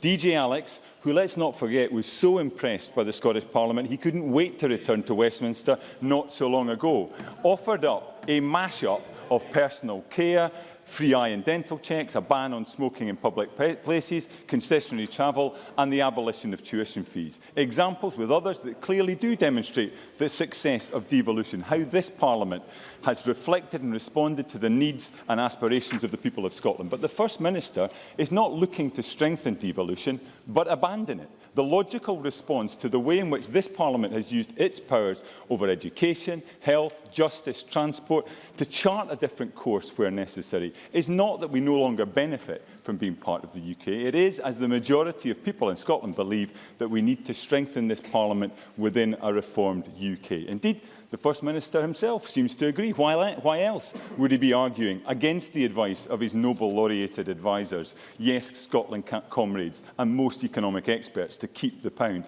a move that would see an independent Scotland hand over control of its fiscal and monetary policy to a foreign country? On further devolution, Alison Johnson was absolutely correct when she reminded the Chamber that this should not stop at Edinburgh. Like her, I too will be interested to see what emerges in the Community Empowerment and Renewal Bill. But the government's record in this area is not encouraging. 18 months ago, Tavish Scott and I responded to both government consultations on constitutional reform, expressing our support for the right of our island communities to take more control of their affairs if they wished. We were denounced by the SNP as troublemakers. This vision didn't fit with the nationalist narrative, particularly regarding the use of our oil and renewables resources. Yet last month, Mr Salmond's rather grand Lerwick declaration saw a working group set up to look at the specific issue. Progress, perhaps, but the fact that much of the public appetite in our islands for more powers stems from angers at the SNP's centralising agenda over recent years suggests reversing some of this would be a useful place for the working group to start. There are, of course, areas of the agreement in relation to this programme. Following the lead taken at Westminster, the Equal Marriage Bill will help make Scotland a fairer and more progressive society. So too will the proposed increase in childcare and nursery provision, though sadly it still risks leaving 2-year-olds in Scotland behind their counterparts in England, where 130,000 will benefit from 15 hours of free provision as of this week. And I agree with the First Minister's sentiment that this Parliament can, does and should adopt a Scottish solution to address Scottish problems, though Council caution in this area. On air guns and taxi regulation, both mentioned by Mr Salmond, I suspect that he would find a difference in perception of the problem and therefore the solution in our respective constituencies as compared to that represented by, for example, the Justice Secretary. And Mr McCaskill's plans to abandon corroboration, despite serious concerns from the Law Society and Faculty of Advocates, may well play well with parts of the gallery. But as Ruth Davidson suggested, it also risks leaving Scotland with the lowest level of protection against wrongful conviction. Ultimately, however, this legislative programme confirms one thing. This government's purpose is separation. As a result, Scotland is on pause for the next 12 months, the nation's ambitions stalled in favour of Mr Salmond's ambitions. Many thanks. Now Colin Jackson-Carlaw. Up to 8 minutes, please. Thank you, Deputy Presiding Officer. Can I begin, as Deputy Leader of my party, in congratulating those new frontbench spokesmen on the Labour side who have been appointed to their positions during the course of the summer, and to commiserate, if only a very little, with those whose services, it seems, are no longer required. It's not so very difficult to remember, back in 2007, the front bench bouncing down to their seats. In those days, luxuriously coiffed, a full head of hair with hardly a grey one in sight. And look today at the greying men on the front bench opposite. This is a tired administration. And as James Kelly, as Gavin Brown, as Ken McIntosh, as Malcolm Chisholm all said, this is the most lacklustre government programme ever presented to the Scottish Parliament since its creation in '99. The best that could be said of it yesterday is that it was inoffensive. This is not a programme for government, it's a programme for a quango.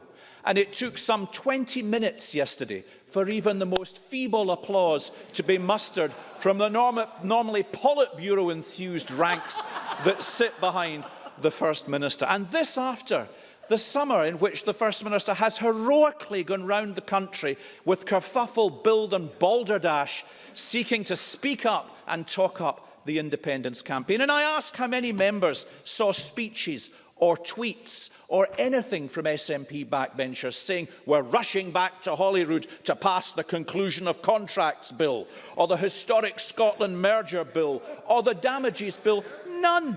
All they talked about all summer was independence. At least last year, the First Minister reshuffled his team between the first and second day of the debate in the government programme. There was no such excitement this year for us. And where the speech was not, the programme is not inoffensive, it's a conceit. And let me talk first about justice. On pages 64 to 66, there are some justified claims for success on the justice front. I must just deal with Annabel Ewing, who told us during the course of her contribution, with all her experience of a Westminster MP, that Westminster did not discuss Scottish justice issues. Well, I looked it up. She was an MP between 2001 and 2005. Westminster didn't discuss these issues because a Scottish Parliament had been established to which they'd been devolved. But let us not dwell on the hapless Annabel Ewing.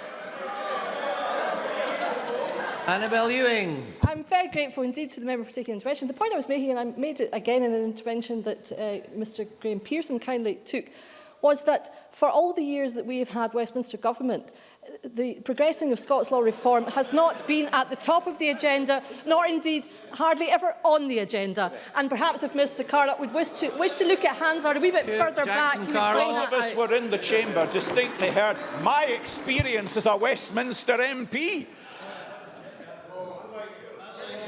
Then we get to the principal conceit. Yesterday, extraordinarily, the government made a virtue of the small change they've made in early release. Now, this was a U-turn of extraordinary proportions, because for the last 6 years, when Annabel Goldie and Ruth Davidson have raised this issue, the First Minister hasn't said that he agreed with them and only when I can I will. He said they were fundamentally wrong.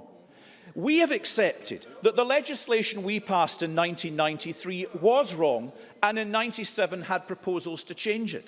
What we have today, and I have to say, for those of us in the chamber, again, it was an extraordinary spectacle to see the First Minister having to prompt the Justice Secretary as to what the scope of this legislation actually was yesterday afternoon. But what we have is a U-turn which will see automatic early release ended for just 2% of those people who were convicted last year.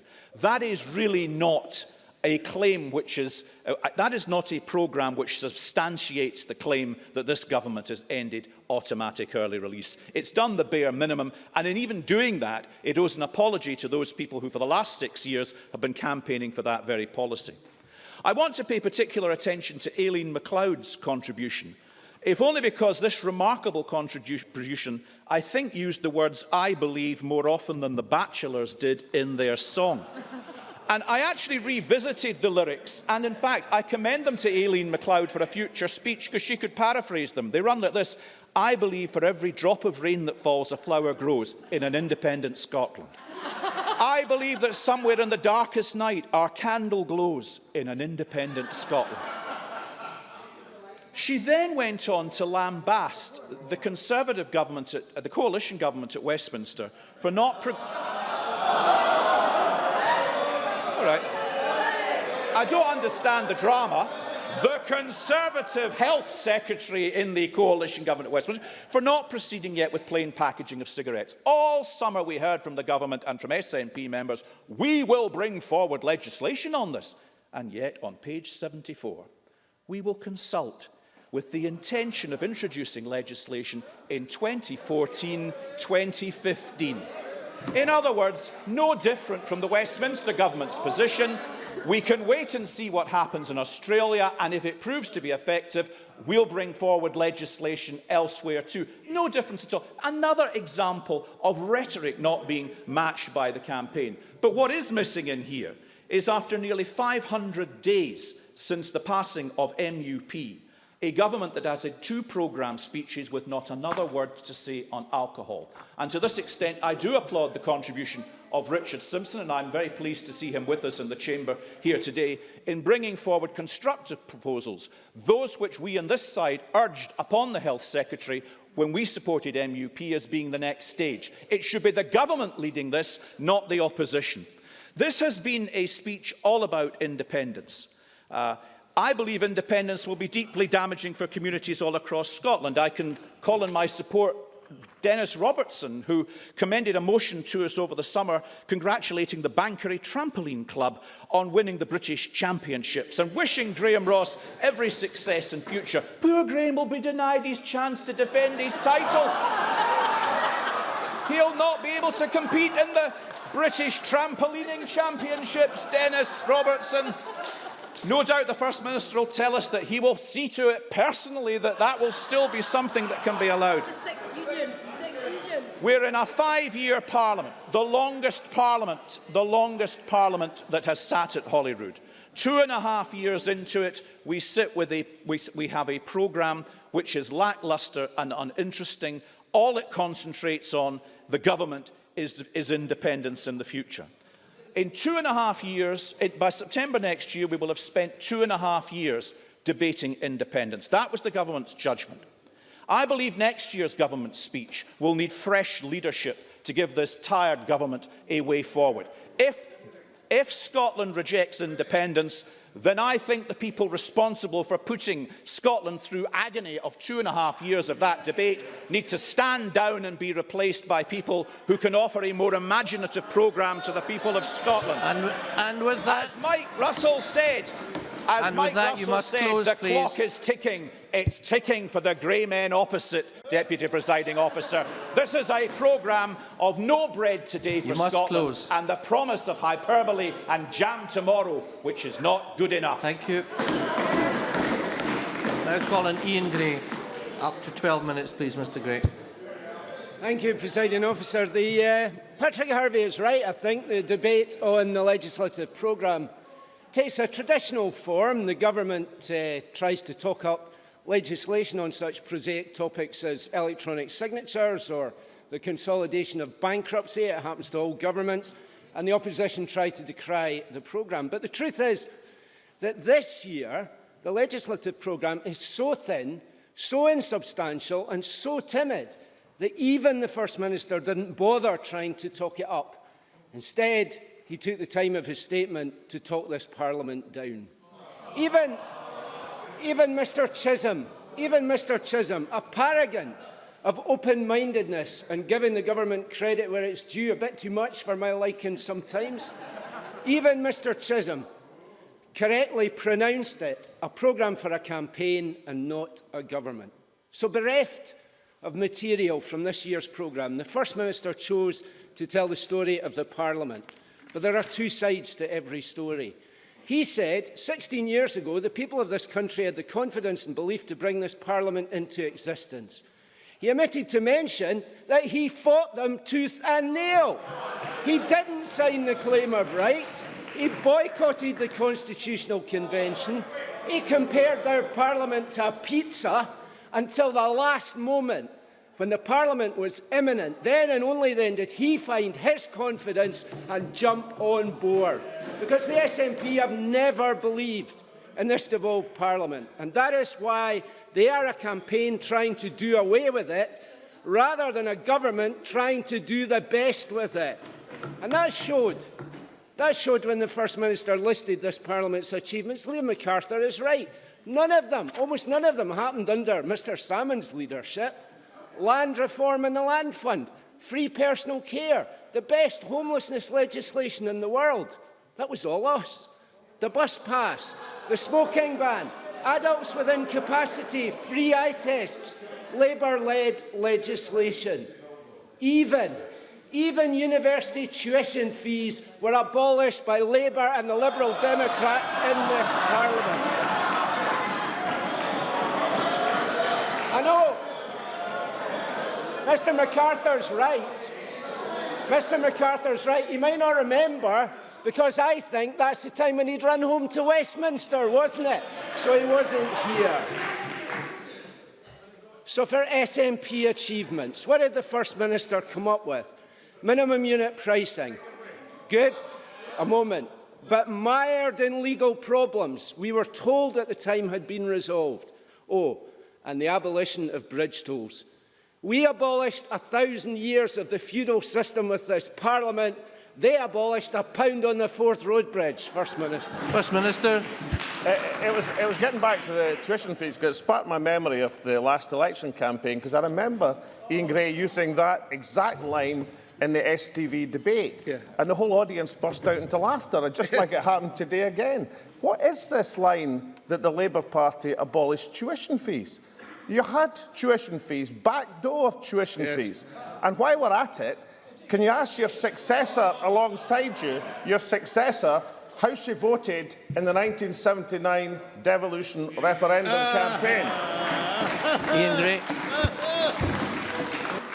The SNP abolished the graduate endowment, which never funded tuition. You know what it funded? Order. You know what it funded? It funded support for students from low-income families. That's what you abolished. That's what you abolished. So it's no wonder that we've heard today and yesterday, speech after speech, from government backbenchers dripping with despair and angst. Christina McKelvey told us that she sits in this Parliament and looks on virtually helpless. think that's a comment on Mrs McKelvey, not the Parliament. Christine Graham wailed, "We cannot do anything real." What ambition, what aspiration, what determination. They queued up to tell us how this Parliament, which some of us are so proud of, is too small, too poor and too powerless to make any difference at all. While this side of the chamber suggested how we could and should be promoting a living wage, ending zero-hours contracts, improving buses, battling the human traffickers, the legal loan sharks, and protecting people from the bedroom tax. Now, to be fair, to be fair, some SNP members found glimmers of light in the darkness. Mark MacDonald and Sandra White welcomed airgun legislation. Jamie Hepburn, Chick Brodie, John Mason welcomed Revenue Scotland, the new landfill and land transaction taxes. Many hailed the Welfare Fund bill, and rightly so.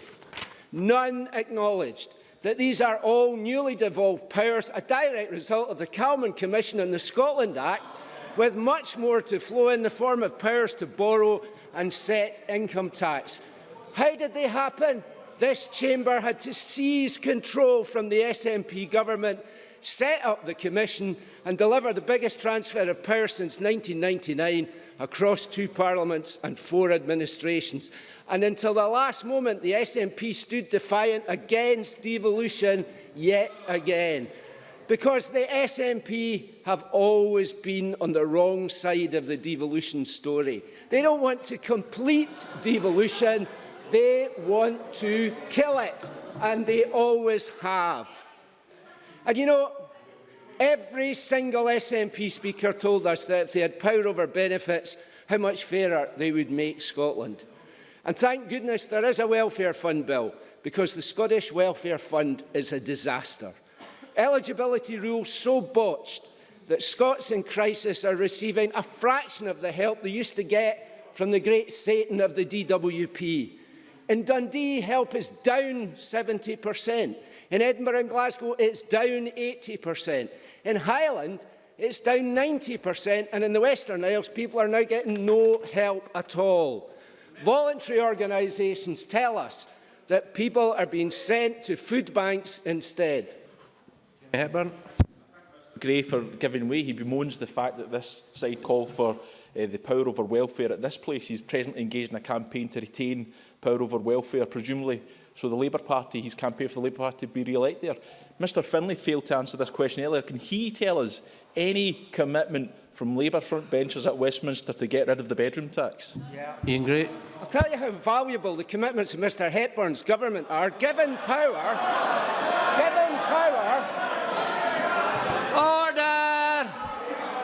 Order! Given power over a bit of the benefits system, the welfare fund, crisis loans, community care grants, the SNP have managed to create something that looks more like the parish and the poor law than a modern welfare system. Families are being sent to food banks because you have failed to get support out to them. Not through malice, but through sheer incompetence, inattention to detail. Because that's what happens when you have a Cabinet Secretary who is more interested in the priorities of our party than the obligations of her office and the people she is supposed to serve. That's what happens when you have a government that puts Scotland on pause. There is only one story in this Parliament for the SNP, only one bill in the programme they care about, the referendum. 384 long days to go. It will seem like 380 years. Yes, it will. And every day, with every day, Scotland wants separation a little less. Maybe 1 in 4 we see today. But incredibly, with every day, the SNP seem to want independence a little less as well. Their proposition now is that we can keep the British monarch, keep the British pound, let the UK run our fiscal policy, keep our UK passports, the UK energy network, UK research funding. We'll be in Europe, but we'll be out of the euro, out of Schengen, out of the common fisheries policy, and we'll ignore European pension law. Some of them even tried to say we can leave the United Kingdom but still be in the United Kingdom. It is, as one of the SNP's cheerleaders in the press called it today, independence diluted to the point of meaninglessness. This legislative programme accurately reflects the character and circumstance of this SNP government. They are trapped in a devolved parliament they have never believed in and they never will. They are constrained by a desire to show its limitations rather than push its boundaries to help the people of Scotland. And they are blinded by pursuit of an independence cause that even they no longer believe in themselves. This programme is the measure of the limitations of that government, not the limits of this Parliament. This is the dynamic, developing, devolved Parliament the Scottish people believed in 16 years ago and in which they still do today. It gives us powerful, wide-ranging and growing choices over health, education, justice, jobs and increasingly taxation too. So let's use them. Yet it still gives us the opportunities provided by shared risk and rewards in the bigger social and economic union our forefathers in the Labour movement built, supported, created and argued for. Let's make the most of that opportunity. What Scotland needs is a government and a programme which believes in this Parliament too, as we do. This is not it, and neither is that. Thank you very much. I now call on Alec Neil.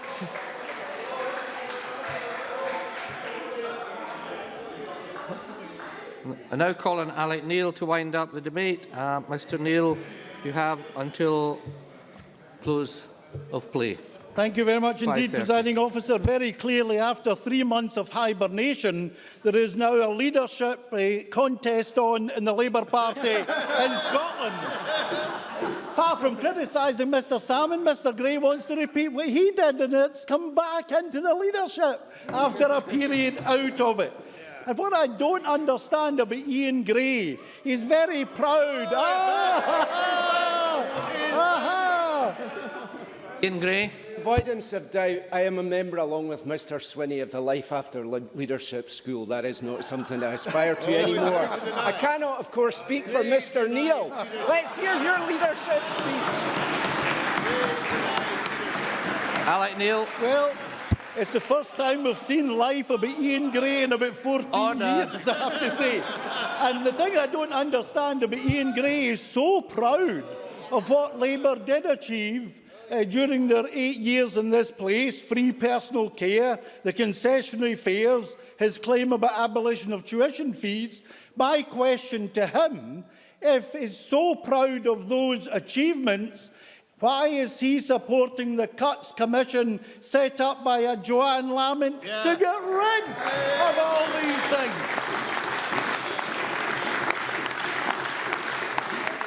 We now know that her last finance spokesman, Ken McIntosh, behind the scenes didn't agree with her. I wonder if Ian Gray agrees with the Cuts Commission. Is Ian Gray now to be the fall guy to come forward with the recommendations from the Cuts Commission to abolish all of these great achievements by the entire Parliament, not just by the Labour administration? Now, let me say, Presiding Officer, there's been aspects of this debate that have been very interesting indeed. In today's debate, there's one comment I want to pick out particularly. Mary Fee, not a lady that I quote very often, but Mary Fee was complaining about our dealing with the Constitution. And she almost said it as if the Constitution was a dirty word. Let me say to Mary Fee, in any country, the Constitution matters. And I say to Mary Fee, look at the honourable history of the Labour movement. For example, the Attlee government in the 1940s. The Constitution of India mattered to India, and by changing the Constitution and passing the Indian Independence Bill against the opposition of Winston Churchill, that Labour government freed the Indian people from colonial rule. And if I may also say, in South Africa, it was the Constitution that mattered. So to see the Constitution as some paper exercise is nonsense. Because what the Constitution is about is power, and where power lies. And that's the fundamental issue. Mr. Neil's not giving way at the moment. Where is power going to lie in relation to Scotland in the 21st century? Economic power, political power, legislative power. Now let's take the example of the bedroom tax. The fact of life is, it was the Labour government who introduced the bedroom tax into the private rented sector. And Jackie Baillie is telling us that she wants to see the abolition of the bedroom tax. But Jackie Baillie's problem is this: the power to abolish the bedroom tax isn't with Jackie Baillie or with this Parliament. The power to abolish the bedroom tax lies at Westminster. And unless we get control of that power, that will continue to be the case. And Ned Miliband, who's the alternative Prime Minister in Westminster, again today has ruled out any prospect of a Labour government abolishing the bedroom tax. And therefore, by definition, the excitement's getting to you, Jackie. And therefore, it's the first time Jackie's broken a glass for me. And therefore, the only way we can abolish the bedroom tax is by voting yes next year. I give way to Jackie Baillie. Isn't it the case that what you're arguing is for people in Scotland to be put on pause, people who are threatened with eviction because of the bedroom tax to be abandoned, and you will do nothing for at least 3 years? You have the power to do something now to protect tenants and to help landlords. Why won't you use the powers you have now to help people in Scotland? Alec Neil. Can I say, Presiding Officer, after last week's events in North Lanarkshire, where Jim McCabe, the Labour leader of the councillor, you just needed to see it in the Daily Record, so it must be true, was evicting a disabled woman because she couldn't pay the bedroom tax. We won't be taking any lessons from the Labour Party in relation to the bedroom tax. The reality is, Presiding Officer, there is only one way to abolish the bedroom tax, and that is for us to vote yes next year. The incredible position the Labour Party is in Scotland is that their aspiration now in relation to the bedroom tax is that they'll be able to lobby a Labour government in the future in Westminster to abolish it. Far better to have the legislative power in this Assembly. And had we had that power, the bedroom tax would never have been introduced in the first place.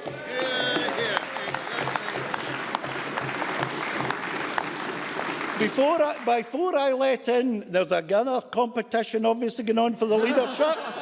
The leadership, is it going to be Jackson or is it going to be Ruth? Just before I let one of you in, I don't want to be rude. I should have congratulated Jackie Baillie on her reshuffled appointment just before the recess. I knew with all the nonsense she was talking, she wouldn't last as my shadow for much longer. But having listened to Neil Findlay, my prediction is that by Christmas, Helen Eadie will replace him as the shadow spokesman. Jackson, Jackson Carlo. I've been following the Cabinet Secretary's argument closely. And the inescapable logic of it, one that I think he would probably find uncomfortable, is that if the people of Scotland vote no next year, then they must support the bedroom tax. because you're saying you are making the bedroom tax the cornerstone of your campaign on independence. Well, all I can say is that you didn't do first-year methodology at university. I would stick to being a used car salesman myself, Jackson, if I were you. So let us look at the issue of power and where power resides, because that is what this constitutional debate is about. Now, I want to refer to the ridiculous speech made by Gordon Brown in one of his rare visits to Scotland yesterday. And Gordon Brown's argument was that the only way we can abolish child poverty is by sticking to the United Kingdom and remaining within the United Kingdom.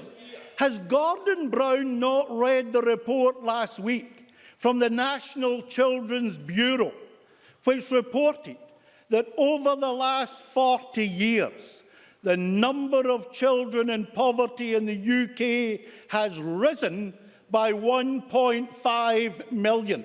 That destroys Gordon Brown's argument in a wonder, particularly because for 13 years he was Chancellor and Prime Minister, and still the number of children has risen by 1.5 million in poverty. 13 wasted years by Gordon Brown. Now, if Gordon Brown, the great Gordon Brown, can't deliver the abolition of child poverty in 13 years when in Downing Street, what chance is there of George Osborne and David Cameron ever delivering? So the reality is the UK has been tested and tried and failed. Now, we heard Ruth Davidson yesterday describing the UK as one of the most successful unions ever. Let's look at the state of the UK, leaving aside the fact that we have 1.5 million more children in poverty than we had 40 years ago. The last time the UK had a trade surplus was in 1997. That's not a measure of success. If you look at the debt figures in the UK, it is now up to £1.4 trillion. Does Ruth Davidson regard that as success? If you look at the level of unemployment and underemployment, it is one of the worst in Europe, particularly compared to the small Scandinavian countries in the north of Europe. So for them to say that the UK has been a successful country or is a successful country, that is not stick with the facts. Oh, of course I'll take an intervention. Neil Findlay. Of course I will. Because Neil Findlay, I don't know if when you know are you taking this intervention, Mr. Neil? I will indeed. But as always, in my own time, Presiding Officer. And I want to tell you, Presiding Officer, one of the things that Neil Findlay does every year at the Labour Party conference is he organises and chairs a fringe meeting, the theme of which is to get rid of Trident and invest the money in health and education. So I say to Neil Findlay, given the commitment of the Labour Party and their friends in the Tory and Liberal Democrats, there's only one way to achieve that, Neil. Vote yes next year. Neil Findlay. Thank you very much, the failed leadership contender. Can I say...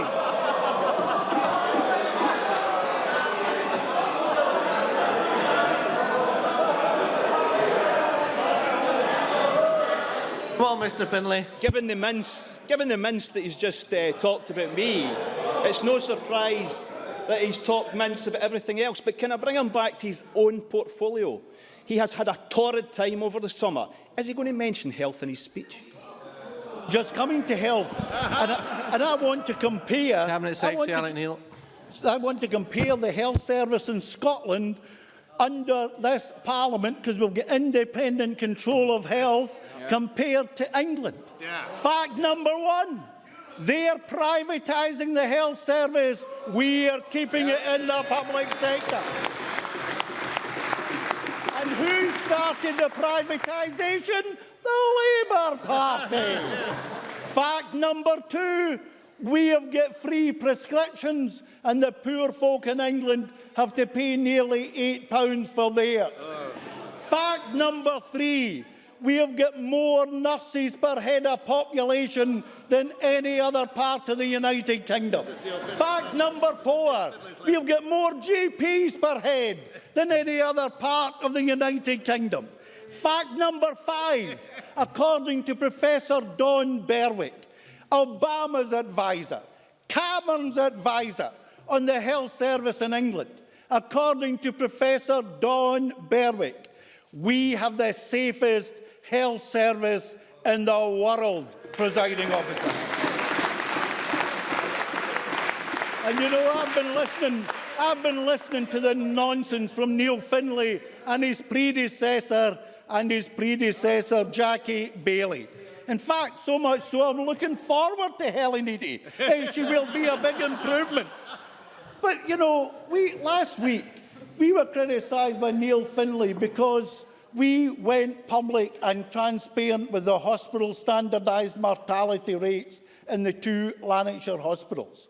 Let me first of all say, the standardised mortality rate has improved by 12% over the last 5 years. Now, Labour can't say that because they didn't measure the hospital standardised mortality rate. They didn't bother about patient safety. They didn't measure what the reality was in their hospitals. They had no definition of an adverse event. So the reality is, under Nicola Sturgeon and now under me, the National Health Service in Scotland will grow and prosper, and we will continue to make it a service that the Scottish people can be proud of.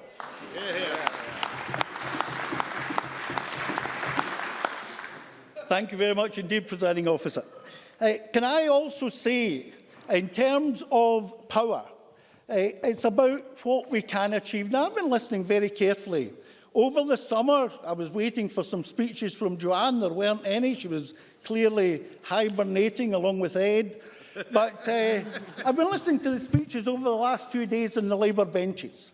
And it's a constant stream of moaning and groaning and criticism.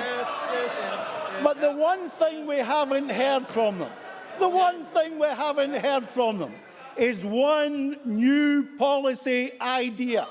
In fact, we haven't heard even of their old policy ideas. And that's why they're languishing so much in the polls. But I'll tell you the real problem. And the Labour campaign for independence is classically getting this across to people. Because if you believe in the fundamentals of the Labour movement, if you believe in a more equal society, if you believe in getting rid of poverty, if you believe in full employment, you cannot achieve any of these things as long as we remain part of the United Kingdom. There is only one hope for Scotland to realise the dreams of our people. And it's not true to say, I will admit, it's not true to say we don't believe in devolution. We are proud of the achievements of this Parliament. Our criticism of this Parliament is that its powers are far, far too limited, and we cannot implement the far-reaching agenda we need to do for 21st century Scotland. Gavin Brown. Very briefly, Mr Brown. Can I thank the Cabinet Secretary for giving way and for really making the opposition's point in this debate. He has had almost 17 minutes on the government's programme for Scotland and not mentioned a single bill in the government's programme for Scotland. Isn't that unusual? You've got 1 minute, Minister. That was a really worthwhile intervention, I have to say. Not. Can I say what we are talking about, Mr Brown, is policy, aspiration, and about what we've achieved in this Parliament, and more importantly, what we will achieve in the future. And can I say, We won't be taking any lessons in policy from Mr George Osborne or Mr David Cameron, because as long as they have any control over affairs in Scotland, we will continue to languish in terms of our potential as a nation. And I think someday, even some of the Tories, in fact last year, Jackson told me he was thinking about voting for independence. I say to Jackson, come and join us, come and join us.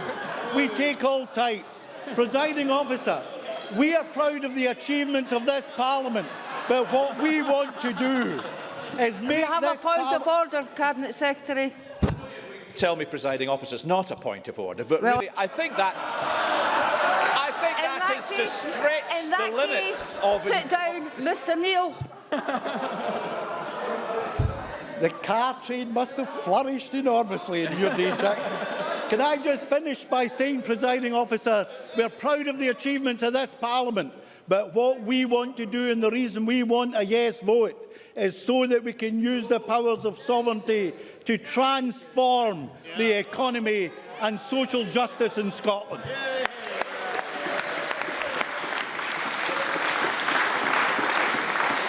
That concludes the debate on the Scottish Government's programme for Government 2013-14. We move to decision time. Members will be pleased to know there are no questions to be put as a result of today's business, and we now move straight on to members' business. Members who leave the chamber should do so quickly and quietly.